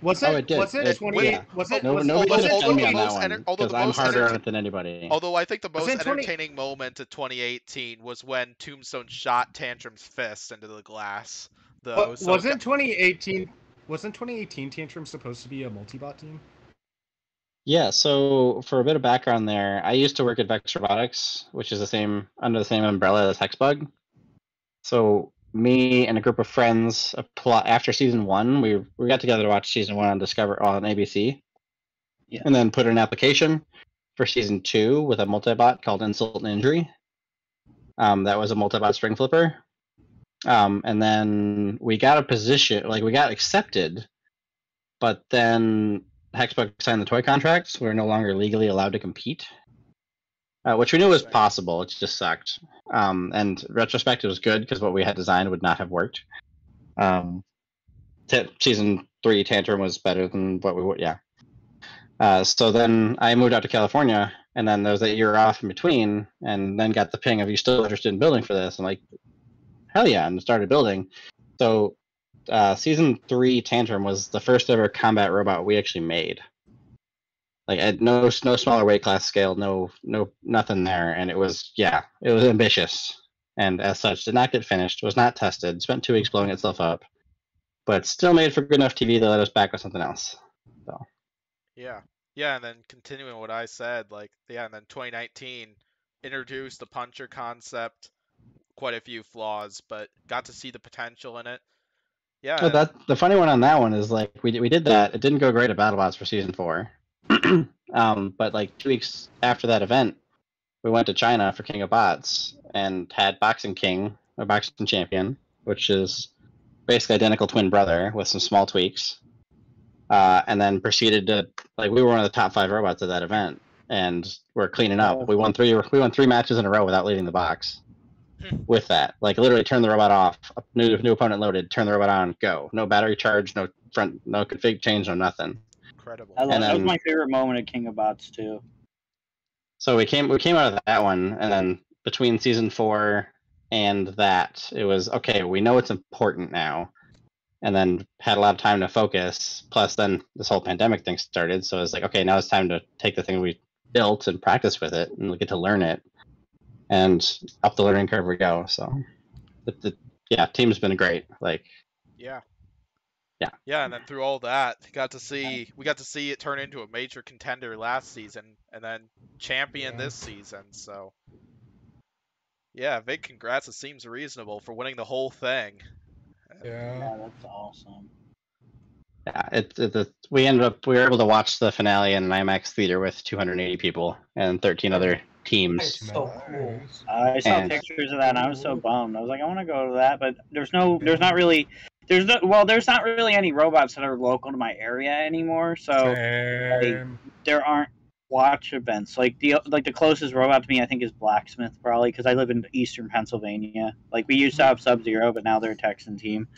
So, yeah, I think the closest to where I live is probably Waiachi, because I live kind of like, I'd probably say, around, like, because I'm from Cedar Rapids, Iowa, and so that area, they're about a 4-hour drive from where I live. And the closest robot to me is a Comedy Central robot. And there's literally no modern robot in my state, and I hate it. Hey, that's me as well, to be honest.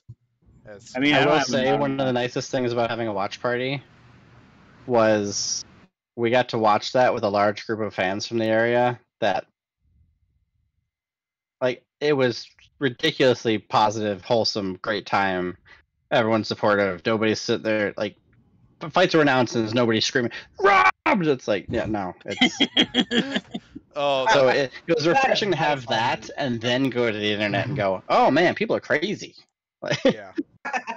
Yeah, it's like, no, I got a good cross section of average viewers here. Yeah, I'm good. Man, I'd love to go to one of those watch parties. I'd love it. In the future, I just don't know if I'll be able to with my schedule and the fact that not many of those happen in my area. So that's it. We just copy, and that's like, I look up to Witch Doctor a lot. So we just literally copied what they've done before. They got a bunch of area teams, found a theater, rented it out, got tickets enough to pay for it, and it's like, yep, just gonna copy Witch Doctor.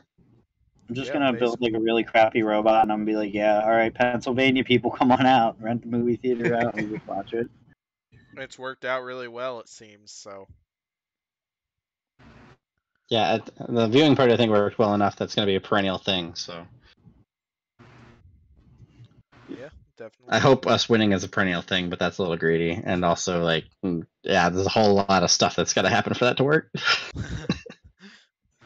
Yeah, so anyway, before I let Pory go ahead with his questions, since I assume Pory probably has a bunch, 2 questions I have are, Yeah, any major damage that Tantrum took in this one? Didn't look like there was a lot, but I don't know.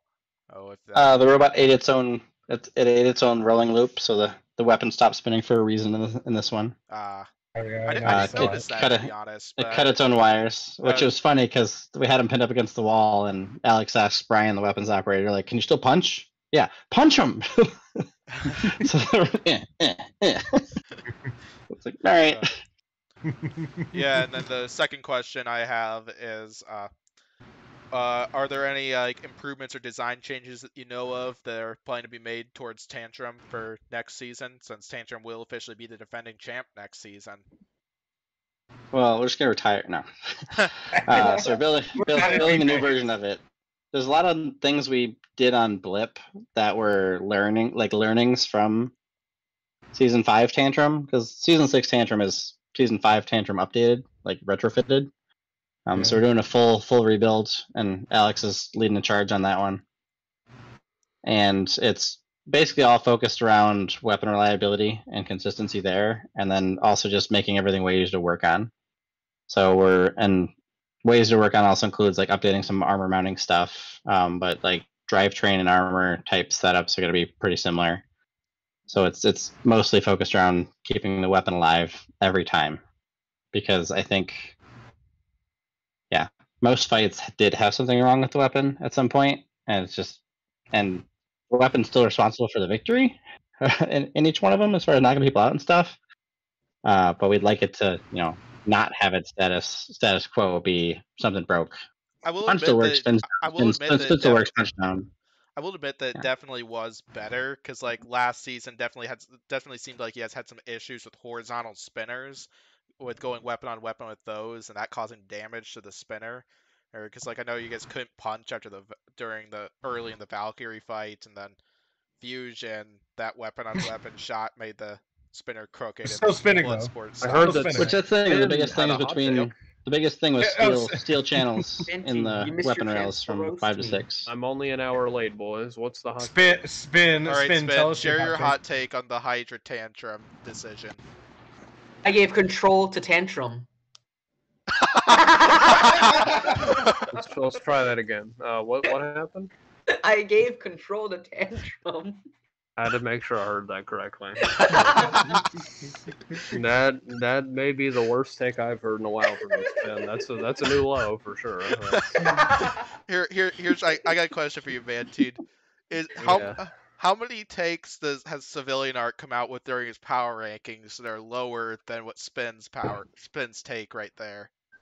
I just that's The definitely problem is civilians' takes aren't genuine. Mine are. civilians just like bullshitting. And the worst part is I know this is real, and he actually is like this dumb, and it hurts my brain. I'm not hard on it.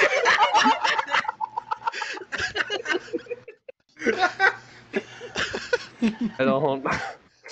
Can you explain to me why you think that Tantrum Okay. won control for me, please? Based on my interpretation of control, so in the rules, it's about like I think what control. A lot of it's based around how can you move your opponent to a more advantageous part of the arena, or how well you can control your opponent. The thing with what Hydra is, he can use his weapon effectively. He can send Tantrum in the air, but there is no follow through. He just flips and then backs off or gets caught on the seam. He doesn't really move Tantrum to an area that benefits Hydra. He doesn't move him to a corner. He doesn't move him to the shelf or anywhere. He just flips and then backs off.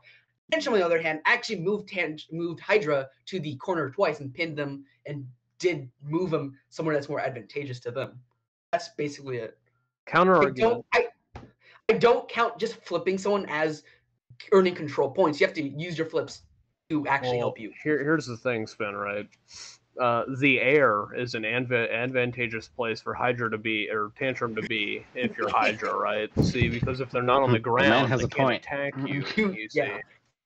Okay. So this is not in the rules anymore, but in season 5, they specified it has to be a specific location In my opinion, If air if is it's not not in specific. if it's not in the Yeah, rules that- anymore, wouldn't it not count? Yeah, literally irrelevant. Okay. That's I actually don't know if it's still in the rules. I just did well, not. actually, back in ABC era, if you actually see primary weapon usage is a big part, and I think Tantrum didn't have its primary weapon working, so that means it lost the whole fight, dude. It lost damage. And I mean, it's gotta be right. Like I don't.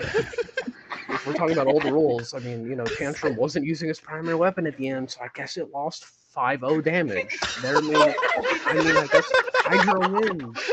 Hydra won, guys. Holy shit.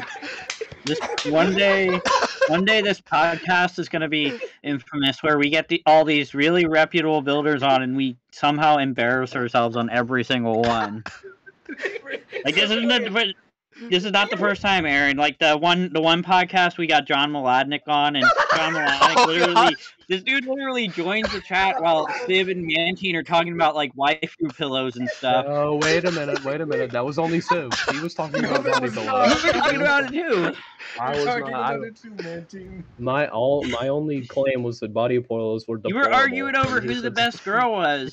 Don't even try to pretend like you weren't. That's John true. Mladnick, Wow, John okay, Mladnick, hold on. builder of Gigabyte, Megabyte legend, came into the chat while we were talking about waifu pillows. Now, It's let's pump canon. the brakes here. I will admit, we're talking about waifus, but he brought body pillows into the equation. That was Yeah, then we got. I had no part in that action. All right, that was not me. I refute any claims about having anything to do with. Yeah, I wonder what with, Aren Hill's opinions are on us after hearing all that stuff. He's like, what's wrong with these guys? They're real weird. All right, I embrace it. I've made my point. You hear that, Mantine? You're real weird. Including we do a second part to these podcasts, which Collectively, we are feature us weird. doing power rankings, especially during the qualifiers, and you'd always see Yeah, wait, let myself me hit you up and with Spin Aaron. Doctor, whose power rankings are mostly serious. Pory and Civilians used to be serious, but then Pory would always put in some non-Battlebots 2021 contenders in there, and then Civilian Arc would purposely set his up to where Mantine will just roast his like crazy. Like, So. here's the thing, right? Civ's trying to get a rise out of me. I can understand that. Spin is just not just wrong. Like, I don't. I don't know, man. I'm gonna go get a Coke so I don't get a fucking migraine. I'll see you guys. Take care, buddy. Yeah, see you, Mantine. Oh man, you gotta love having Mantine on the podcast sometimes. Yeah, he's funny. I think the only full podcast he's been on though was when we had Matt Maxim here.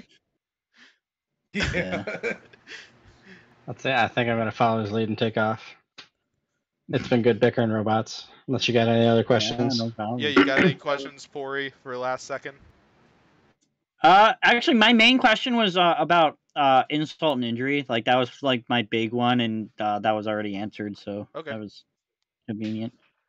I have a question.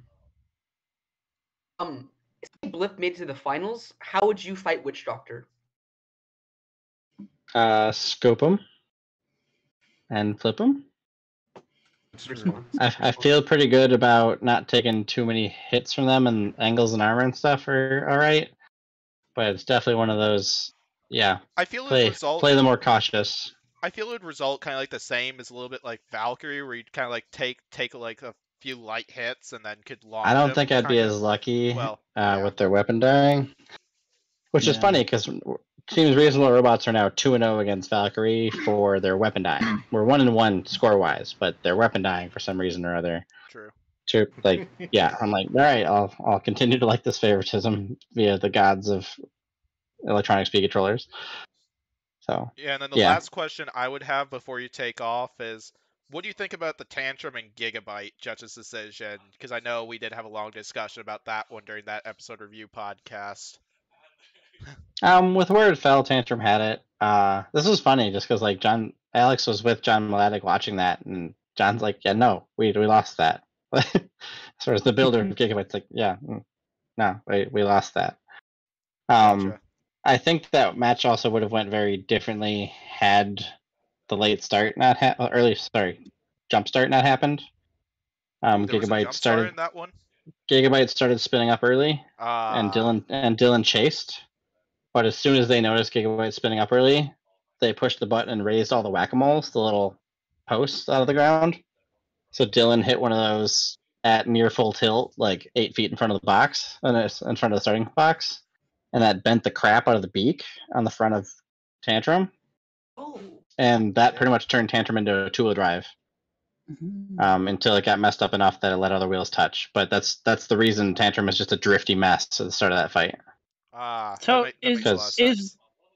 Is that why those things are there? Because like I've noticed there's like the little pistons, but like they're never used. Is that like their purpose then, pretty much?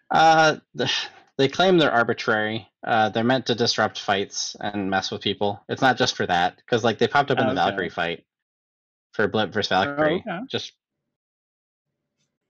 I think they like punctured Ghost Raptor's frame in the Bite Force fight against them, but I wouldn't. They're not fast enough to puncture anything really.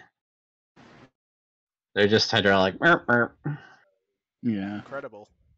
Yeah, I did not know that. Yeah. That's really good. That's really good stuff. Yeah, there's some of the pre-fight pictures where before the robots have touched, you can see the front beak is just like domed in on Tantrum from hitting a post full tilt and a properly immovable post. Yeah. Oh. But that's why Tantrum just looks drunk chasing Gigabyte.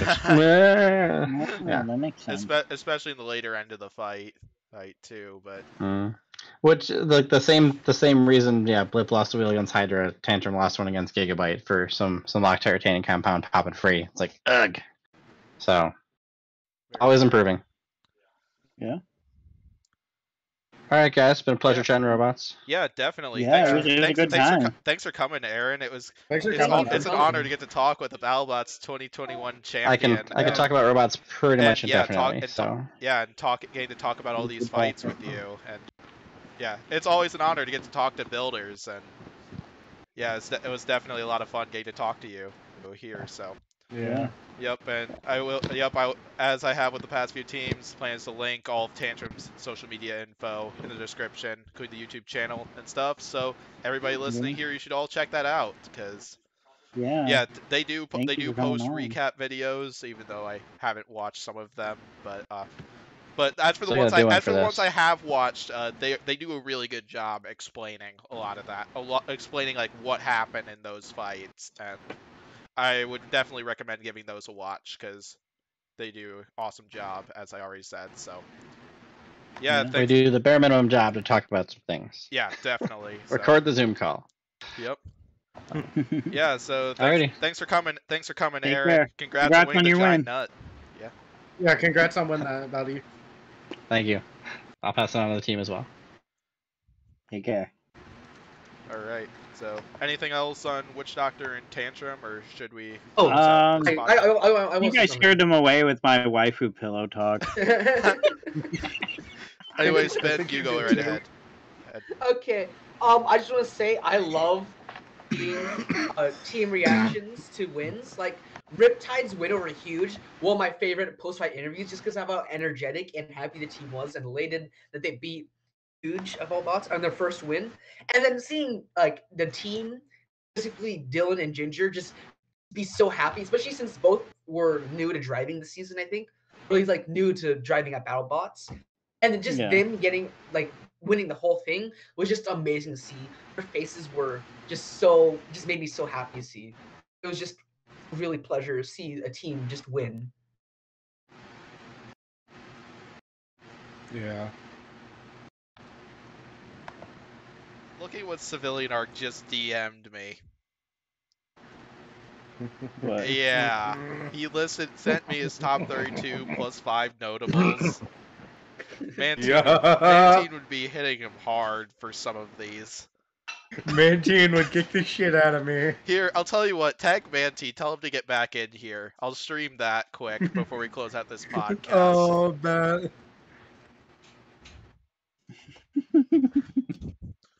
Okay, so now... I'm excited for this one. Okay.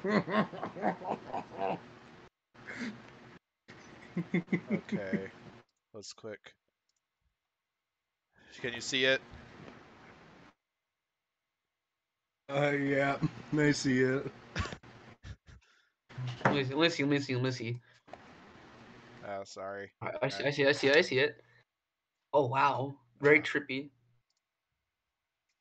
Okay. Pain Train.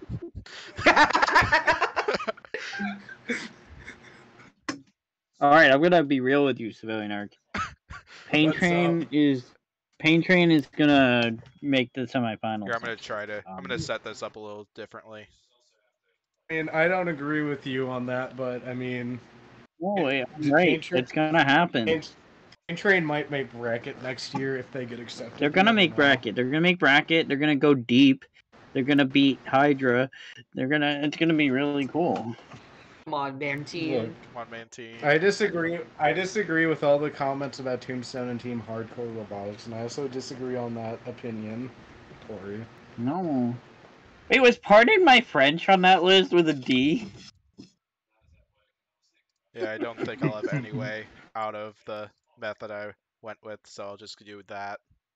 Okay, hold on. Let's okay. Why is Pardon My French? It's funny. Like, It's the funny. fact that it's a D is funny. The fact that he has retrograde in there as well. And Mad Cat is the second lowest. Like how Lockjaw and Tantrum are in the same tier. Dude, okay, listen. Lockjaw was an You have impressive the 0-3. champion and then someone who went 0-3 in the same You gruff over Black Dragon.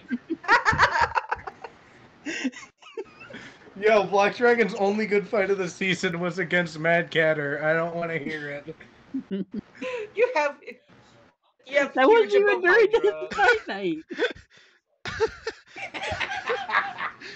You have Orby Blade over Malice and Mad Catter. Yeah, Blade had a destructive KO against Dragon Slayer. You pardon my French over Malice and Mad Catter. You have Defender over Copperhead, Cobalt, Yeti. You retrograde over Black Yeah, Dragon. look where Huge is at. He's Huge and above Hydra are too. number 2 and 3. What the heck? Okay. Bro, Hydra's a What I'll say semifinalist. is, Did when you it, get top 4 four? more minutes, if Mantine isn't here, we'll close out the podcast. But I plan to do a separate power rankings podcast soon, anyway. So we'll just have to do all that stuff around Use then. that. But this time Oh, instead, but but for this set of for that power rankings podcast, it will be the entire competitive field, not just like top 32 and the 5 notables. So. that's gonna get spicy. Oh yeah, that's gonna get interesting, especially for civilian arcs. Why is Claw Viper over Tantrum? Why is Claw Viper over Riptide, Tantrum, Blip, Cobalt? Because Blip should be 2-1 right now. Lockjaw over Minotaur? Lockjaw should be 1-2 right now. Yeah, Minotaur's 2-1.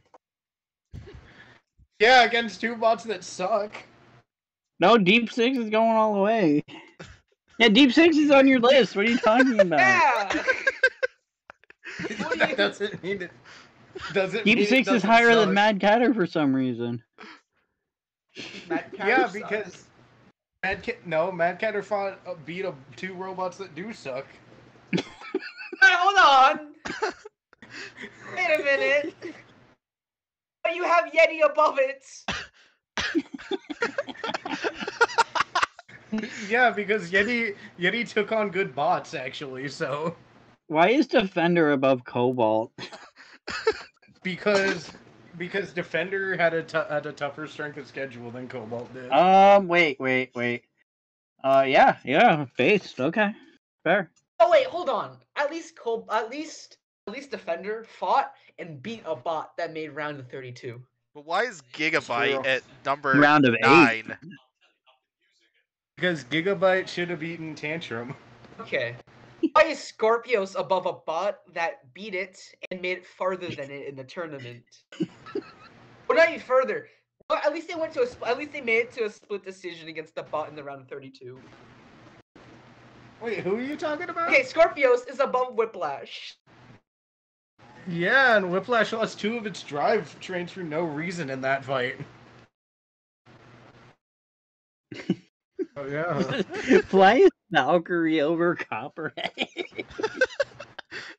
Because Copperhead should be 1-1 right now.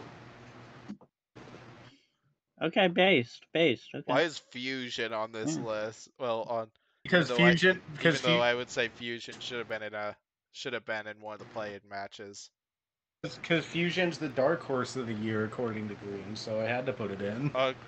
Cobalt ended up being my new dark horse of this season. Yeah, but it was your first dark horse. It was so my I had first to put one. it in That for is you. true. Just like how Sub-Zero was your first dark horse. Never happened. Claw Viper over Tantrum, Blip, Minotaur. Fusion over Black Dragon. Wait. Where's Witch Doctor? Witch Doctor's not even on this Come list. on! Bro, Witch Doctor fought Duck and Rusty. What do you want from me? And they gave the champ a good run for its money. They also Yeah, but I made beat this list. Copperhead and Minotaur. Okay. Okay, it beat Copperhead. What bot has it beat Copperhead? Fucking Mammoth did that. Where's Tombstone on this? Yeah, where is Tombstone? I understand why it's not here. So as per your rankings, Pardon My French has a higher ranking than Tombstone. And Witch Doctor. Oh god. Witch Doctor. Yes. It's 2 rankings higher than 2 bots that have made postseason every single year. Okay, anyway. We're gonna... That Mantine didn't make it to roast. That's too bad. He'll just have to be here for when we do a Power Rankings podcast, which will happen which I'm thinking will happen after whatever Battlebots is going to be doing after this bit, whether it's Bounty Hunters or whatever's been rumored to us. So the plan is after that we'll do a Power Rankings podcast, combining both both robots' main competition performances and the bounty and whatever's happening afterwards. So yeah. So I'm gonna close out this podcast unless I have one more. I have one more spiel. Go ahead. I have one more spiel. Wow. 4-7 nights ago, I watched BattleBots, and it was kind of cool. Tantrum came from the unknown. Tantrum did the thing. Tantrum did it, and well, you know, it's very good. Tantrum did the thing, you know.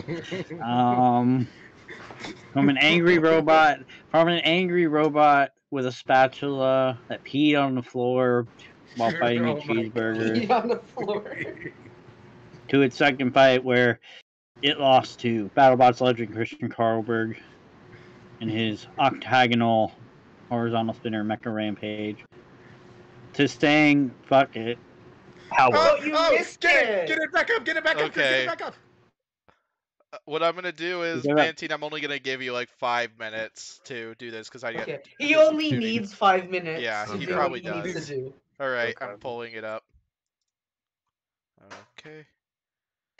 There we go. I'll give you till 11:10 my time, which is 7 minutes, to torment his power rankings as much as you want. Jesus fucking lep, does that say Gruff at B-? What did Gruff do? Mantine, look at the 4th from the bottom. Yeah. 4th from the bottom. 1, 2, 3, 4. Pardon my French, is that D? Why is it? Well, this is in order. This is the top 32 in order. So.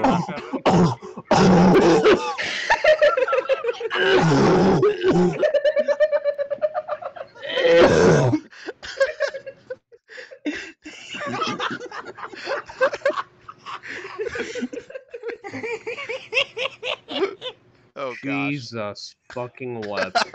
Lockjaw is above Hypershock and Tantrum and Blip and Minotaur. Matter of fact, Lockjaw is even on this list. Is just a shocker for me. I have Defender, to say. Mantine. Defender and Valkyrie are above Copperhead and Cobalt and Black Dragon. Civ, you should actually just like quit everything. Here. Just... Mantine, look at number 2 and 3 on his power rankings.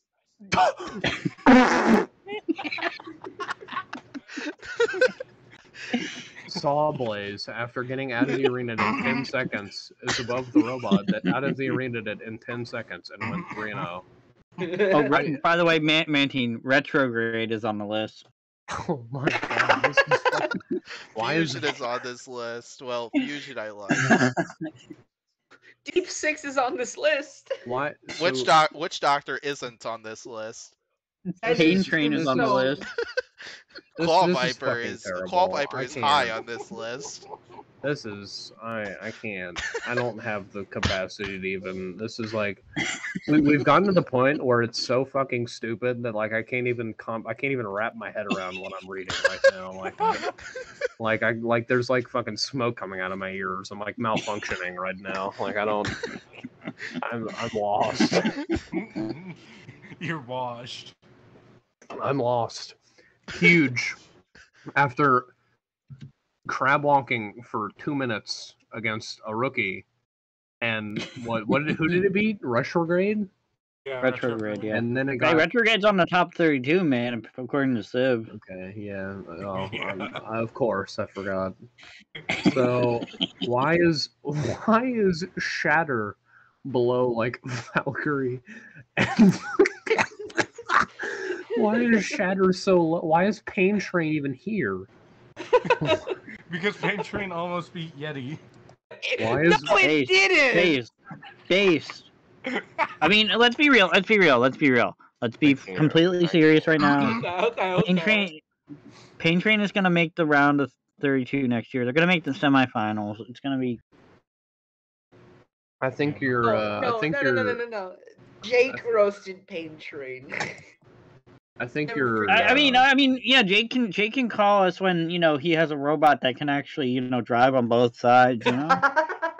So true. Pain Train had that over Yeti. Yeah, Pain Train can drive on both sides at least. That's such a good point. That's a good point. Pain Train can drive in a straight line without being stopped. It can drive across the arena without braking. Yo, I should put Retrograde higher than Hydra for that reason alone. I don't. Yeah, true, babe. I'm a Drop little. Hydra to 34, dude. One thing I am a little confused about is your number 7 spot, right? Yeah. What about it? While it does have wins over bots like Ziggo and Mauser Mecha Catbot, it has lost to Tentamushi not once but twice. Wait, Sao lost to Tenno twice? Wow. Sao lost to Tentamushi 2 times in a row, once in '99 and once in Season 1. Okay, I knew it lost in Season 1. I didn't know. I forgot it lost in '99. Okay. That's good to know. It did beat a robot that was built by one of the best teams ever, Rambite, of course. So that is very interesting. But wait a minute? It beat Ziggo in Season 3 and lost to Tentamushi twice. What the fuck is Ziggo. Well, when it beat Ziggo, it was pretty much Ziggo slammed Salad into a wall and then stopped working. It was like it was pretty much a TKO. Okay. Civilian, you should retire. Just like stop watching Battlebots. Leave the community. Here, look at that second to last robot on the list. Mad Cat, I mean, dude, it lost to Sawblaze. It must suck. I don't know what else to say. Well, I mean, Witch Doctor and Runner-Up didn't even make this list. So. Mantine, hear me out. Tombstone didn't make the list either. Mantine, hear me out. Fuck Sawblaze. That's true. That's true. If you lose to Sawblaze, then why is Sawblaze number 1? Because why not? Good point. Base. I'm like turning into a fucking vegetable. I'm gonna have to leave. I gotta get out of here. Being in here is like inhaling mustard gas. Like it's bad for your lungs and your brain. I'll see you guys later. Mantine, you'll at least come for when we do a power rankings podcast, right? I will, at the man. end I of the will. season. Of course, Beautiful. of course. Just to roast my Switchback. Yeah, Oh, just so I gosh. can shit on Spin and Yeah. Civ. The only reason I feature. That's the only reason I'm here for. That's all you guys What want about me me? for. Pory, you're I good want to guy. hang out. You're a good man. Yeah, we can hang out. You gonna still be in the video? Yeah, oh yeah, man. I'll definitely join you good. for that. We'll talk about the logistics soon. Oh yeah, man. Just let me know. One of my big complaints about this season was the addition of Civilian Arc to the power rankings of the podcast, which is probably one of my biggest complaints with Battlebots this season, I'd say. I mean, let's be real. Civilian Arc did a better job at selecting the robots in the selection committee. I mean, That's true. That's based. I don't know if I'd better. say that exactly. Yo. I have Fusion it. over Hydra. You had Smee in one of your sets of power rankings. You had Rampage in one of your sets of power hey, rankings. hey! Smee is neat. Smee has a better record. Smee had a better regular season record than Hydra. Yeah. Based. So it should be that's in true. the bracket over Hydra. That is true. Well, except they had to drop out though, so technically they were 1 and 2. So I don't know, man. That sounds like a Hydra problem to me. how is that a Hydra Yeah. problem? Hydra wasn't even involved with the Mad Cat with that. I Mad don't Cat know, man. fight. I think Jake just makes shitty robots. What do you think about that? Oh gosh. But Based. anyway, let's go ahead and close out this podcast. So, yeah, thanks for watching this podcast. I hope you enjoyed the discussion and the entertainment we had right there at the end. So, Hey, Spin getting roasted hard by Mantine was based as well. That's so that funny. too. So, yeah, big shout out to Aren Hill for coming to this podcast. It's always an honor to get to talk with Battlebots builders and talk about fights with them. And yeah, it's always a fun time. So shout out to him for coming. And shout out to everybody else for coming to this podcast. It's always fun getting to talk about these with such a great group. And this will do it for episode reviews for the main competition. The plan is whatever Battlebots does have coming in following this, as what has been hinted,